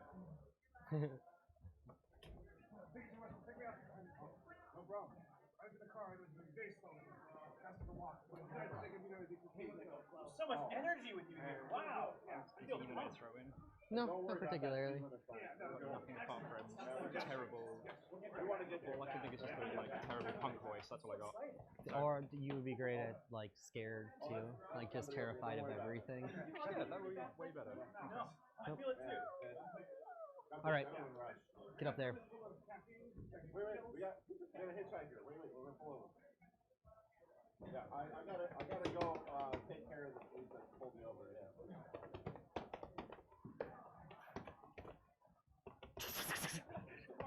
Oh God! You do not know what I have seen out that area. You're flying! He wasn't telling me that thing's terrifying. It's getting a little dark. It was the guy on the hook. Drive a little faster. On the hook. I'm scared. There's one hook here. Why is there one hook there? Oh, that's. I haven't had my seatbelt on this whole time. Oh no! Why did you put your seatbelt on time? What if I take a picture? Okay. That's illegal. Oh no! All right. Guys, we've got to pick this guy up. I'm so nervous right now. This is a terrible idea. All right, well, screw you guys. You're obviously gonna die. Great justification. Hey, how y'all doing? You guys are looking good today. Not bad. Thanks so much for picking me up. Not nearly as fabulous as yourself.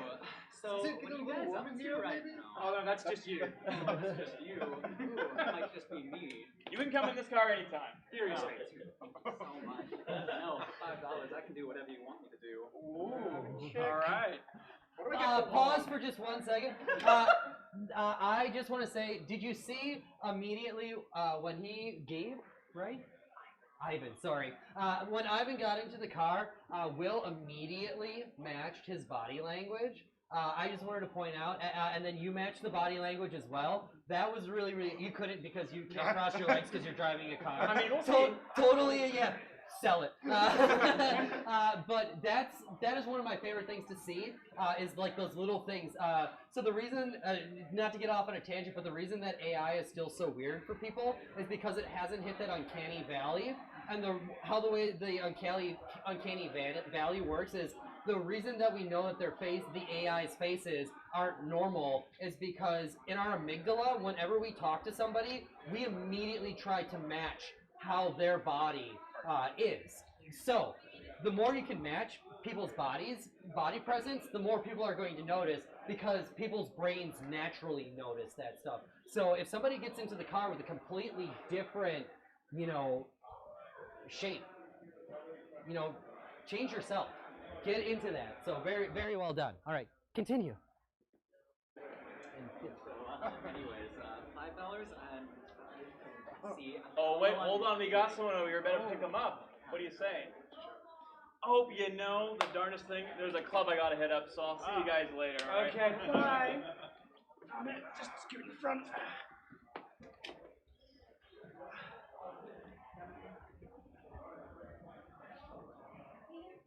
Thank you, guys. It's okay. Speak up. Yeah, louder, guys. Thank you so much. Yeah, it's fine. No, it's good. There's no trouble at all. Okay, it's fine. Where are you guys still going? Oh, we can go anywhere you want to go. Wait, I thought you knew where we were going. I We can go to thought, Disneyland, but that's too much trouble. We can go to. I mean, that's okay with me.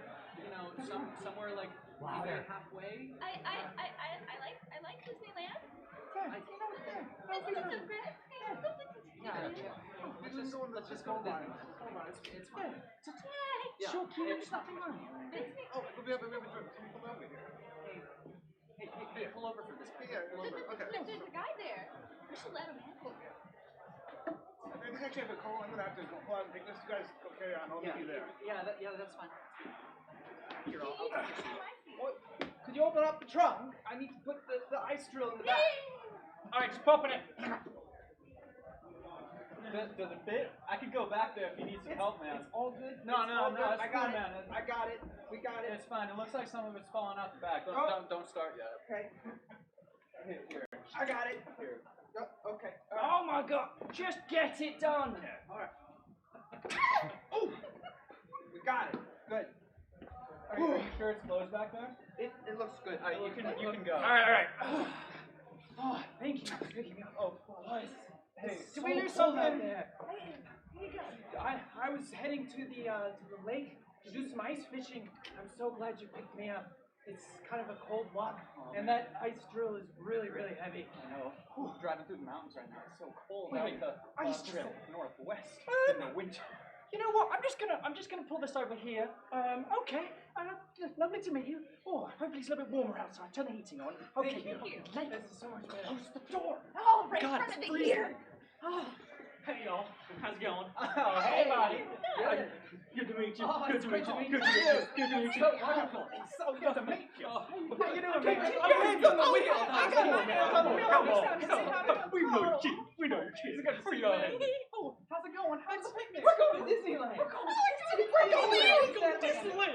Yeah, Disneyland. What's your favorite ride there? I've never been, but I really want to try Space Mountain. Don't Space place on Earth. That's what I've been told, but I mean, I've been to some pretty half diners. So, Diners are amazing. could you Absolutely. There have to be some good Southern diners up there in Epcot. Hold on, y'all. Hold on. Someone's trying to hit back here. Oh, Man, hold on. You know, right next door is my cousin Ruby's. She's having a stakeout out back, so I'm gonna go check that out. So All right, that's lovely. Oh my God, Oh my gosh. Oh, have you had so much to drink? Oh my gosh. It's like, oh man. Yeah, can we eat 32 ounces of Mountain Dew? Oh. 5 times over. Yeah, Oh. can we? The next rest stop isn't for like 10 miles though. 10 miles. You're just gonna have a hole in it. It's gonna be okay. See some big bushes? Just I don't know. bushes. I don't see bushes. anything at all really. Just at the window. At the window. There's some trees over there by the cart. Let's pick this guy up. Hey! Big bush over there. Yeah, you got it. Hey, how's it going? Hey, it's really good. How you doing? Hey, Where are you from? Oh, I'm from Seattle. Oh, Seattle. Yeah. Great place. It's amazing you can even live there. How do you pay rent? I don't understand. Oh, you know, I just, I make it work. Yeah. You make it work? Yeah. So that means you're living with 10 other people, aren't you? Yeah, Okay. something like that. That's all right. Yeah. Well, we're going to a more expensive place. We're going to California. Okay, I hear traffic's great there in LA. I figured this wasn't hard enough. We're gonna go somewhere more expensive. Absolutely. Gotta raise the stakes. Makes it a little harder on yourself. Just one up yourself every time. Definitely.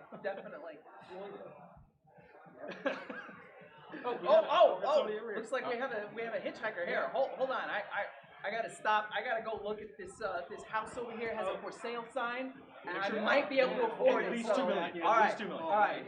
Okay, 2. Nothing less than 1.5 million.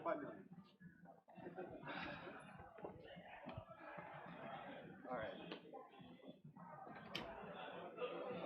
Oh man, that doesn't look comfortable at all. We probably should not have gotten all the burritos. No, it's not me. Oh, guys, bumpy road ahead. Oh no, bumpy road. I'll try and avoid potholes as best I can, but you know the roads are. Oh no, big one! Oh, something fell out. Oh god. Oh man. Crack a window. I'm sorry. That was my bad. Oh guys, we gotta. There's a rest stop. I'm gonna jump out. Okay.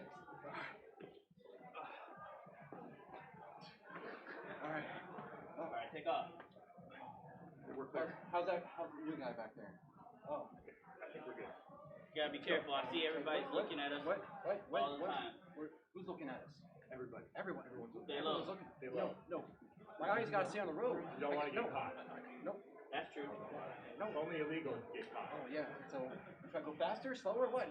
Slower? You heard about what happened at the bank yesterday? Well, did you see that car parked on the side of the road over there? No. What? No. Is that an unmarked police car? Oh, no. I gotta slow down. If a light turns on, do not stop. Don't stop. Okay. Don't stop. Yeah. All right. Wait. Wait. Yeah, We gotta get that guy. We gotta get that guy. Yeah. No, we have to stop. We have to get this guy right here. Come on. All right. What do you think, And you know what? There's a Krispy Kreme right here. I'm just gonna. Yar, I got this pirate map. We're gonna be going to Disneyland. That's where the treasure is. Yeah, it's right here. There's treasure at Here's Disneyland? the treasure. Here, hang on to the treasure. That's a treasure map. That's Thank you. the X marks the spot. Yes. I Is got it my red or shovel black? ready. It's white. We're gonna be digging. Yar. Do you have some rum? I left it on my ship. We got beached back there. Yar. Alright. Yo ho, and a bottle of rum. Yar. I need some. You have some rum? Got a bottle right here. Yes, thank you. All right, give yourselves a round of applause. Great job, everybody. There was a lot of good justifying, and you could see and you could hear when there were reactions to things, and it all happened when you justified things. When you really took the reality of your scenes and then justified something like the rolling the windows open, that got a reaction because people know that that's associated with it. So whenever you're streaming, try to associate whatever you're streaming with stuff that people might know, because that's an easy way to get a reaction out of your audience. You're always trying to get them to have a reaction. So we need 2 lines again, 1 on each side, please. And this next game is a game called Switch Interview. Switch Interview. So what's going to happen You know what? Actually, we can just do one line, and let's make it on this side this time because there's way too many employees using this side. So what's going to happen is that we're going to have two people up. The person sitting in this chair will be the interviewer. The person sitting in this chair will be the interviewee. All right? So we are going to get a one-word suggestion from everybody, and the interviewer is going to start off. And the interviewer is the straight person in this scene. They're the person that is just there to make sure that we know who you're talking to, because the guest is always the expert or the specialist or whatever. They're the person that we're here to talk to. So this is actually a game where you have to use questions because you're doing an interview. So what's going to happen is that we'll get that, and then you're just going to do a small interview with that person. And you're not going to know how you're endowed until the person doing the interview endows you. So if I get up and say, hi, I am so happy. Today I'm talking with the expert in pirate antiques, James. Congratulations, James. Like, let's get James on the show.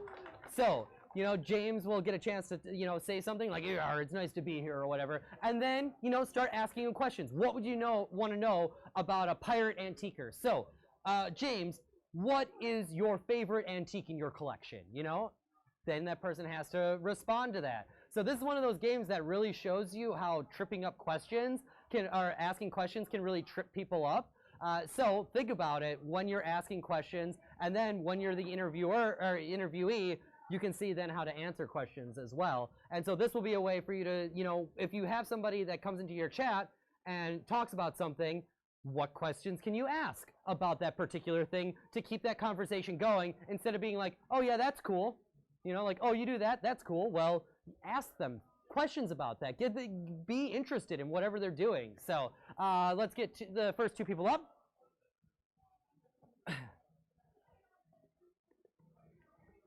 So once again, this person will always be the person that is just kind of, you know, the classic, like, host. And then this person will be, you know, the weird out of this world. But you get to endow this person with whatever you want. Hold on, we have a real microphone. So we're plastic is about to get worse. Okay. We have a real microphone. Like, I don't know how to use these. Yeah. Tilt it this way. Don't cup it. Yeah. All right. So what should this first interview be about? Bees. I was gonna say, give me anything that starts with a letter, with a different letter, and you just give me a letter and a thing. So your first thing is about bees. Bees. Z. What's up, everybody? Here with the premiere exclusive for B Movie 2, the sequel, Dose. Here for the director's word, trying to give us a few words about, you know, what direction the movie's taken. Really, what was your inspiration? Pause real quick. Introduce yourself, because, you know, it's a host show, so be like, hi, I'm so-and-so. And then before you get to the questions, you have to let him know his character. So you kind of said the director, but give him a name as well. Be like, I'm here with so-and-so, who worked on blank, or did this for blank. Okay? So, pause, and begin again. I'm your host, Ivan Evan, here to interview Even Stevens, director of B Movie 2, the sequel, Dose, here to give us a few words on his inspiration for the film. You know what? That first movie, Bees, was just a phenomenal hit, and I just was so excited to just go ahead and make a second one. That was my inspiration. I mean, Jerry Seinfeld just nailed that, and I was so happy to get him back on the second one. Awesome. Yeah, and I mean, audience reaction to the first Bees movie to the sequel, Uno, you know, really took off. People were kind of confused by the whole, you know, ladies into a bee thing, left her husband, but, you know, I think it really opened up a really good message. Do you have anything to say about, you know, the positive, uplifting message tone you're trying to set for the new film? Yeah, totally. I mean, bees and humans, we should all just live together. I mean, we should all just love each other. Yeah. You know, when you see that bee on the ground, don't step on it, press it. Oh, switch. All right. You can get up, give him a round of applause, and then you're good. You're done. Or you can go to the back of the line, actually, because you'll be an interviewee, or the interviewer. So, keep your questions tight. and precise. The longer you go, the harder it's going to be for that person to process whatever that question is, and the harder it's going to be for you to get an answer. So short and sweet is really kind of the name of the game in this. Try not to go too long, otherwise, what was I even talking about? That happens. All right, what should this be about? Pianos! And begin. Hello and welcome. I'm your host to Pianos Weekly, Will Overguard, and it is my esteemed pleasure to interview one of the hot rising stars, Bud Punch McCrunchhard. Bud Punch McCrunchhard, that's me, yes. I have to start by saying, your new style, your fresh piano hitting maneuvers are stupendous. Where did the inspiration come from? Oh, well, you know, sort of harking back to that Renaissance era, or just trying to draw from the classics a lot. You know, people are putting this new spin on music all the time now, just all this crazy pop nonsense. You know, Indeed, I want to bring it back to the old days. Indeed. And would you say that you're using your feet as well as your fists simultaneously on a grand piano came from that place? That is my biggest strength, honestly. Your feet. You know, my feet. One of my feats, if you will. All right, next person up. And this one is about emojis. As long as everybody goes.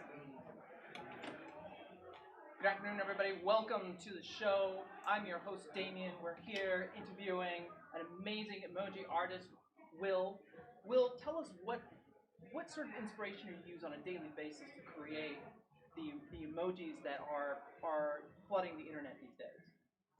Well, it's like I said to Banksy, ain't it? It's really what you put out there. Sometimes you want to put out a statement about the political situation. Sometimes you want a monkey, right? You want a monkey who's covering his ears. Because it's a monkey. Right. And then it goes next to the poop. And the poop's like, but then the monkey's all like. Got it. Yeah, no, absolutely. So do you find that your emojis are tend more to making the sort of statements, or do you skew more to the artistic side, or is it both? Do you combine both to sort of push the art? I see myself as a bit of a Damien Hirst, like sometimes, right, I'm saying a message, but sometimes, well, sometimes it's some hands. So really, the message is interpreted. All right, this one will be about Taco trucks. taco trucks. Great topic. Hi, I'm Fireball Ginger, here to bring you the latest and greatest of tacos. Tell me, what kind of spices do you use in your new blend? Well, mira, it's very important. You gotta have the right kind of layers of meat. So tacos al pastor, very important. You gotta put it on the steak, on we put it on a metal steak. We have layers of pork, and then on top of that we put some pineapple. It's very important. The pineapple has bromelain. It's an enzyme. It breaks down the fibers. It softens up the pork meat. It's magnifico, eh? All this, I really enjoyed my latest taco, but tell me about your specialties that are out on the menu. Bueno, okay, las especialidades, the specialties. Well, specifically we have beef tongue. If you've never tried beef tongue tacos, they're just incredible. The flavor, the intense beef flavor that comes through from the beef tongue is just unparalleled. You know, it puts filet mignon to shame. This way! I didn't want that to end just because I wanted to keep talking. You're not allowed to talk in any other voice for the rest of the No, I'm just kidding. Next topic, please. Royal wedding. What? Royal wedding. Royal wedding. Royal wedding. Royal wedding. Hello, everybody. My name is James Hubbard, and I am here with the lady herself from the royal wedding. And we were watching you get out of that vehicle with that dress on, and it was just amazing. What would you say to I just lost my train of thought there. What was your inspiration on that dress? Well, I really wanted to be classy and keep their tradition, but I also wanted to make sure that I wasn't too much of a highlight, because I just really wanted people to appreciate where I truly came from. But to be honest, it's such an honor to be part of the royal family now, and I'm truly grateful that I've been accepted into their homes as one of them. And what made you have that 25-foot veil? I really wanted to make a statement, but that wasn't too bold. That's why you can see through it. And I want to honor all the provinces by putting their national flowers on them, so they knew that I was thinking of them as much as they were thinking of me. Oh, that is just amazing. And if we had to say one more thing about the royal wedding, what would that be? I really appreciate that my mother-in-law was willing to watch this and share the tape with me, so I can actually have some knowledge of my own wedding. Excellent. Thank you so much. Great job. Did you see how? Did you see immediately how when James said that she was in the royal wedding, her body language completely changed? Like she went from just sitting normal to like, oh no, I have to be proper now. People pick up on stuff like that more than you know, and I really enjoy seeing it. So that's something that you should all really be aware of, and nice job. So the next topic will be fishing. Fishing. Hi, today on this show, I'm your host, George. We have Leonard Finkelstein, who actually invented fishing.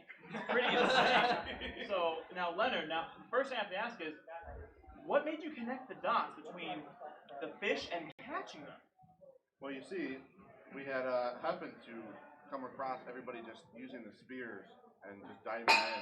And I didn't want to have to dive in. I'm lazy. You could see. I just wanted to sit back and relax and, pop up a can of, something to drink and just sit back. So I just thought about it. And it was simple. It was just a simple, easy solution. Could you have foreseen the worldwide phenomenon you started with fishing? Absolutely not. I mean, I was just sitting back one day. I created the fishing rod and the line and everything, and I just attached a hook to it. I didn't know what I was doing. And So how did the rod creation process occur? Did you kind of sketch out your ideas first, or how did that process look like?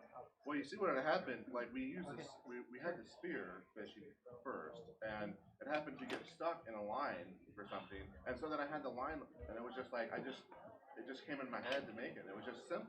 I think we can all relate to that. Switch! All right. I don't know where this topic came from. Sea of Thieves! Ladies and gentlemen, we're sitting here today with Victor Papadopoulos, who designed all of the feet for Sea of Thieves. So tell me, when you're modeling feet in a video game, where do you start? You start with soul to where? Well, I'm really glad I'm being recognized, first of all, because when you make feet, it's probably the most integral part of Sea of Thieves. If you notice in the beginning shots, they were kind of panning down towards the feet, and there was this emphasis on feet, so I had a lot to do and a lot to focus on. So, yes. So is it difficult for you, because I know the peg leg artist is somebody else got the leg. That's right. Is it difficult to pass the torch off to him when you have to feel it up? There is a bit of a rivalry there. I'll take a lot of pride in modeling a foot, and then this guy comes along and goes, oh, we need a peg leg, and all my work's gone in the trash. So there's some conflict. That is great. I hate that peg guy. Next topic. Microsoft E3 press conference. Microsoft E3 press conference. Remember where you are. Remember where you are. I'm here at the Microsoft E3 press conference with Bill Gates. Bill Gates, what do you think about this whole event and how it's going so far? Well, I really feel like there could have been more flamethrowers involved.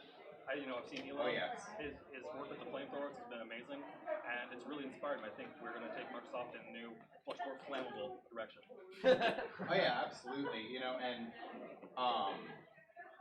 So what's your opinion on having fireworks at this festival? So fireworks are different because they're an explosion. We're looking for burning, like a long, slow burn into a circular ring of death, if you will. Swing! Next topic. Dating. Dating. Dating, okay. Hello. Welcome today. My name is Alex, and today we have, you might know him from the original old dating games, Chuck Woolery. Now, tell me, what did you think of your experience as being a host of one of the most popular dating games of their era, back in our parents, really? Well, over the years, I've seen all sorts of people, and it's really interesting how folks used to interact back in the day and how they used to date. I felt like it was bit more genuine than now in the whole internet dating. Now, what are your thoughts on the lost episode that the person who was supposed to be asking the question was a mime? No comment. Sweet! Good. Next topic is dinosaurs. I mean, here we are with Mr. John Johnson, who's going to talk a little bit about Jurassic Park going on right now. John, can you tell us a little bit more of like how you want to welcome your audience coming in? Well, when they come to the island at first, I really want to avoid them being eaten as long as possible. It's kind of difficult because a lot of people come in with very tasty things on their person, snacks, drinks, that kind of thing. So we try to minimize that on the train ride in. Now, looking at the prices you had here, it looks like it's about $1,500 just to get into this park. Why is the price so high, and what are we paying for? Primarily the protection. Those dinosaurs really want to eat the people who are coming. Sweet! They really do. How many people still haven't gone? Awesome. Okay, 2 more. Your topic shall be graduation. Graduation. Hi, this is Kent. I'm here with Princess Diana, who just graduated. So, how does it feel to come back from the actual afterlife and graduate with your bachelor's?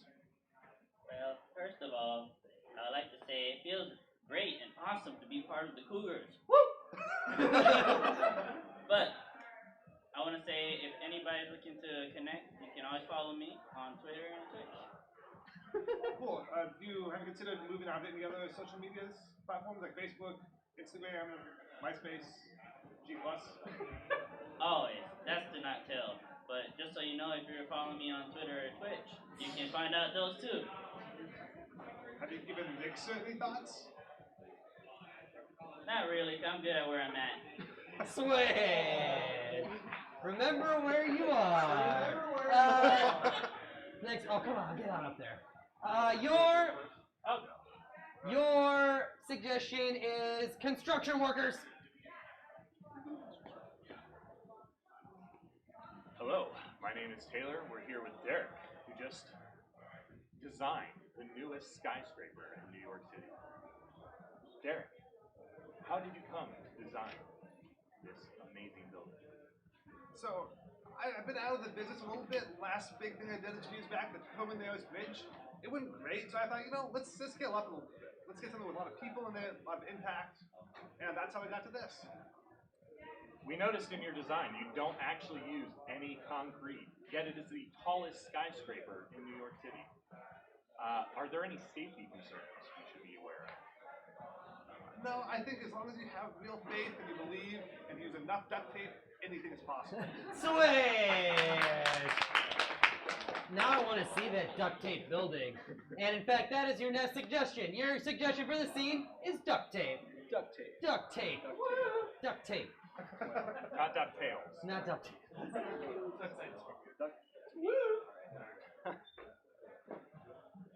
Hi, this is Keith, and welcome to the show. I'm excited today that I have Adam Savage here today, noted duct tape user. He does everything he does in duct tape. Adam, welcome to the show.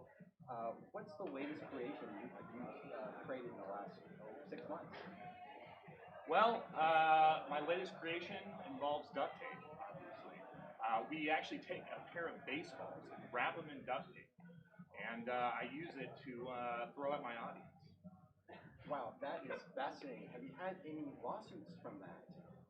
We go through many, many lawsuits, but luckily we are sponsored by duct tape, and they pay for all the lawyers. It's a wonderful thing. Sweet! All right, one final one. Addiction. Hi, everybody. Thank you for coming today. Today, I'm here to talk to somebody who's addicted to reading about addictions. His name is Derek. Derek, tell us about your addiction. Reading, addiction to reading, I can't stop reading. And I see the cue cards out here. I have to read them. And can you get rid of the cue cards? Well, I mean, this is actually, Derek, this is an intervention. This is an addiction intervention. So we're actually going to need, we want you to get help. So in order for you to get help, we have brought an amazing guest to help you. Please, come on in. I'm here for you, Derek. I went through the same reading habits you have. That's right. We're going to get through this together. Yes. We're going to complete all of our sentences. I would like to thank LeVar Burton so much for taking time out of his busy schedule to come here. Give him a round of applause. Alrighty, friends.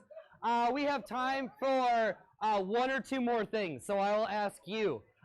Do you want to do something that's based more on doing like sports commentary, or would you like to work on your puns? Because puns are something that always get a reaction on channels, and see, either good or bad, puns will always get a reaction, and people will usually start playing along with it. So, commentary or puns? Puns? All right, so puns. So everybody get up here in a circle. Get up here in a circle, all right? Yeah, we can get rid of the squares, all right?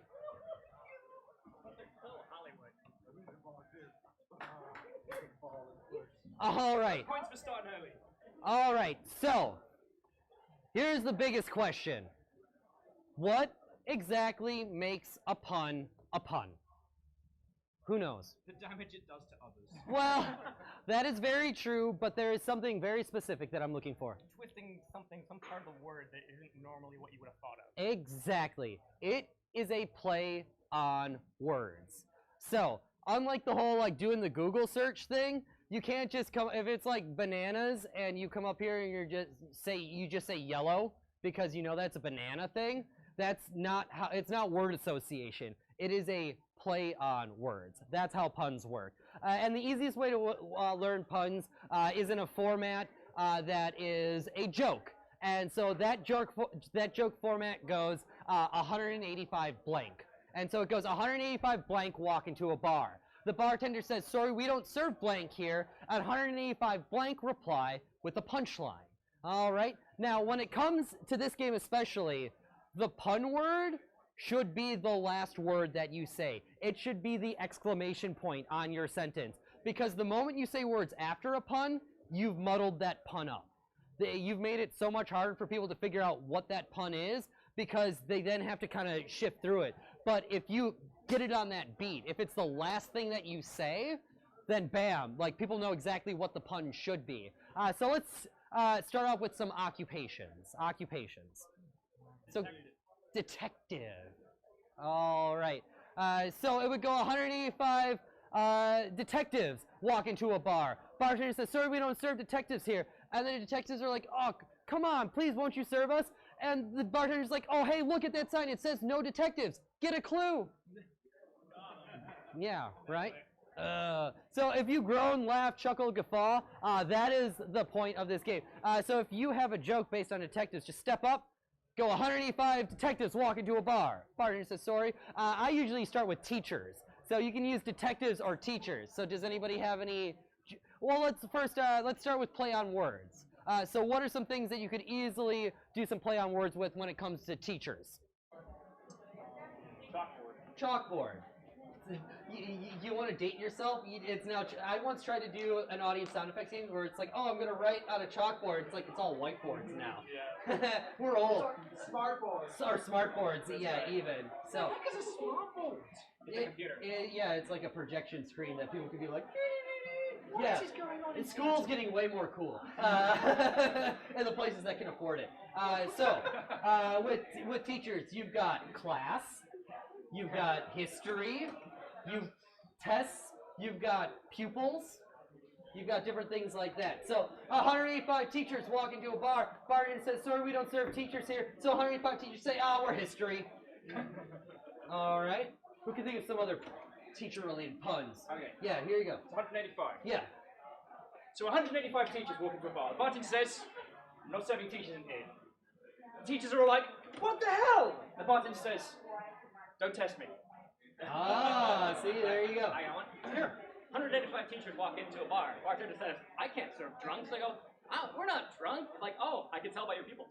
Oh, that is a classic 185 joke. People have been telling that joke for over 30 years at this point.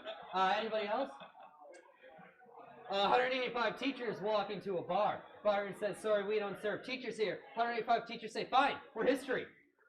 Yeah. 180, that's because history repeats itself. But see, so that's how, so let's change it to doctors. Doctors. 185 doctors walk into the bar, and they say, we don't serve doctors here. And the doctor starts to read off a paragraph about why you should be here. Says, I don't have the patience. Oh, good job, yeah.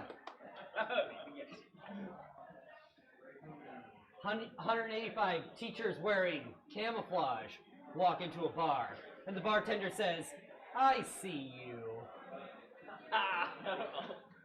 Intensive care unit. Yep.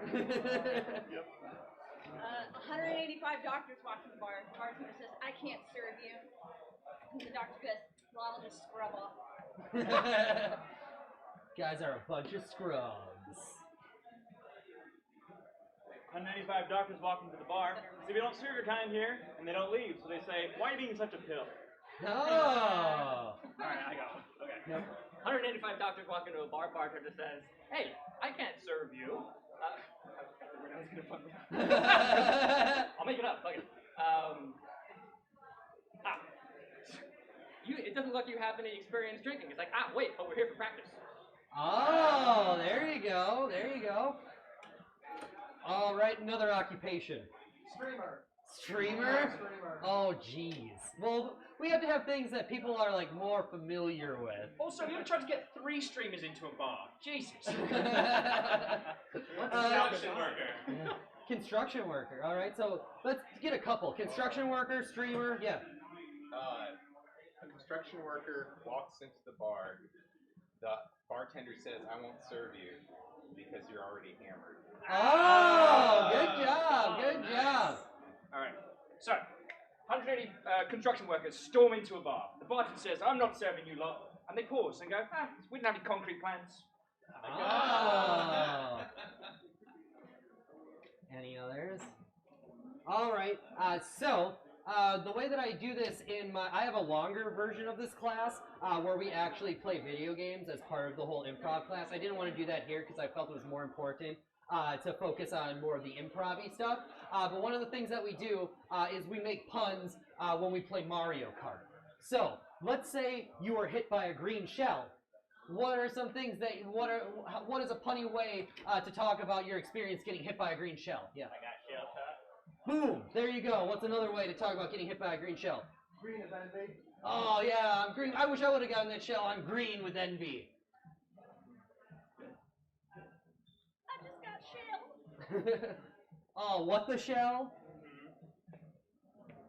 All right, you just got hit. You hit a banana peel.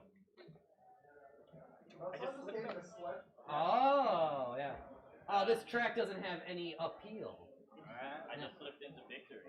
Oh yeah, yeah. If you're the person who threw down the banana peel, all right, you get hit by let's see, what are some other Blue shells. Spiny shell. Yeah, spiny shell. Oh no, my drink just got spiked. I know puns are hard, right? Wow, that move just blew me away. Boom, yeah, color joke. There you go. Trying to think of things that aren't like really dirty. That's destroying me over here. So we'll just make it about Mario Kart in general. So you can talk about drifting.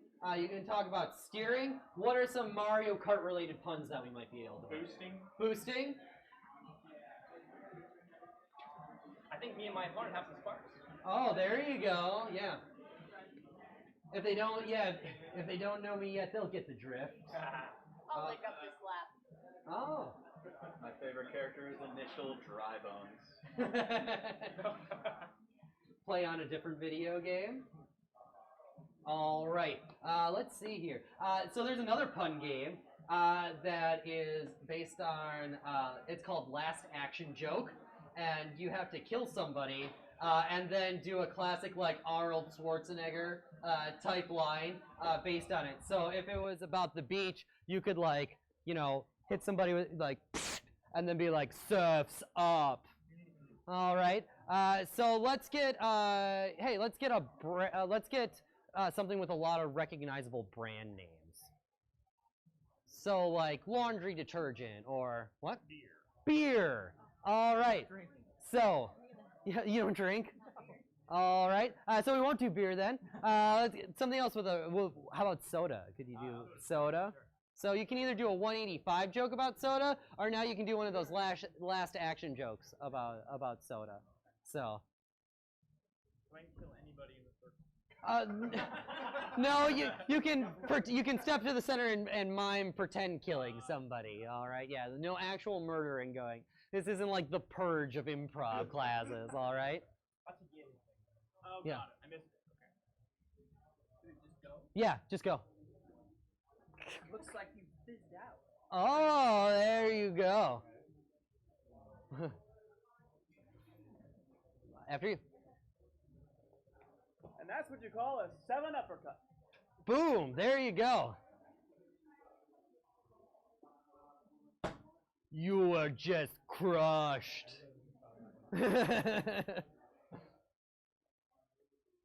So 185 sodas walk into a bar. Bartender says, sorry, we don't serve sodas here. So they start walking out, and as they walk out, the bartender says, hey, nice cans.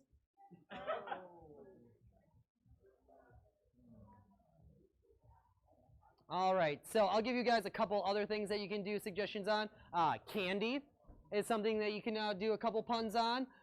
Chips, potato chips, are a couple things that you can do puns on. What are some other good occupations for this? How about nuns? You can do some jokes about nuns if you want. Or, yeah, let's go on those. So, what did I say? Chips, candy, nuns. Are you hungry? No. So 185 nuns walk into a bar. Bartender says, sorry, we don't serve nuns here. 185 nuns say, oh, come on, we have a really bad habit. Because they wear habits. Oh, man.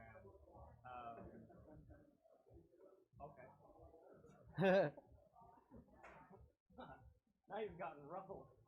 Boom, there you go.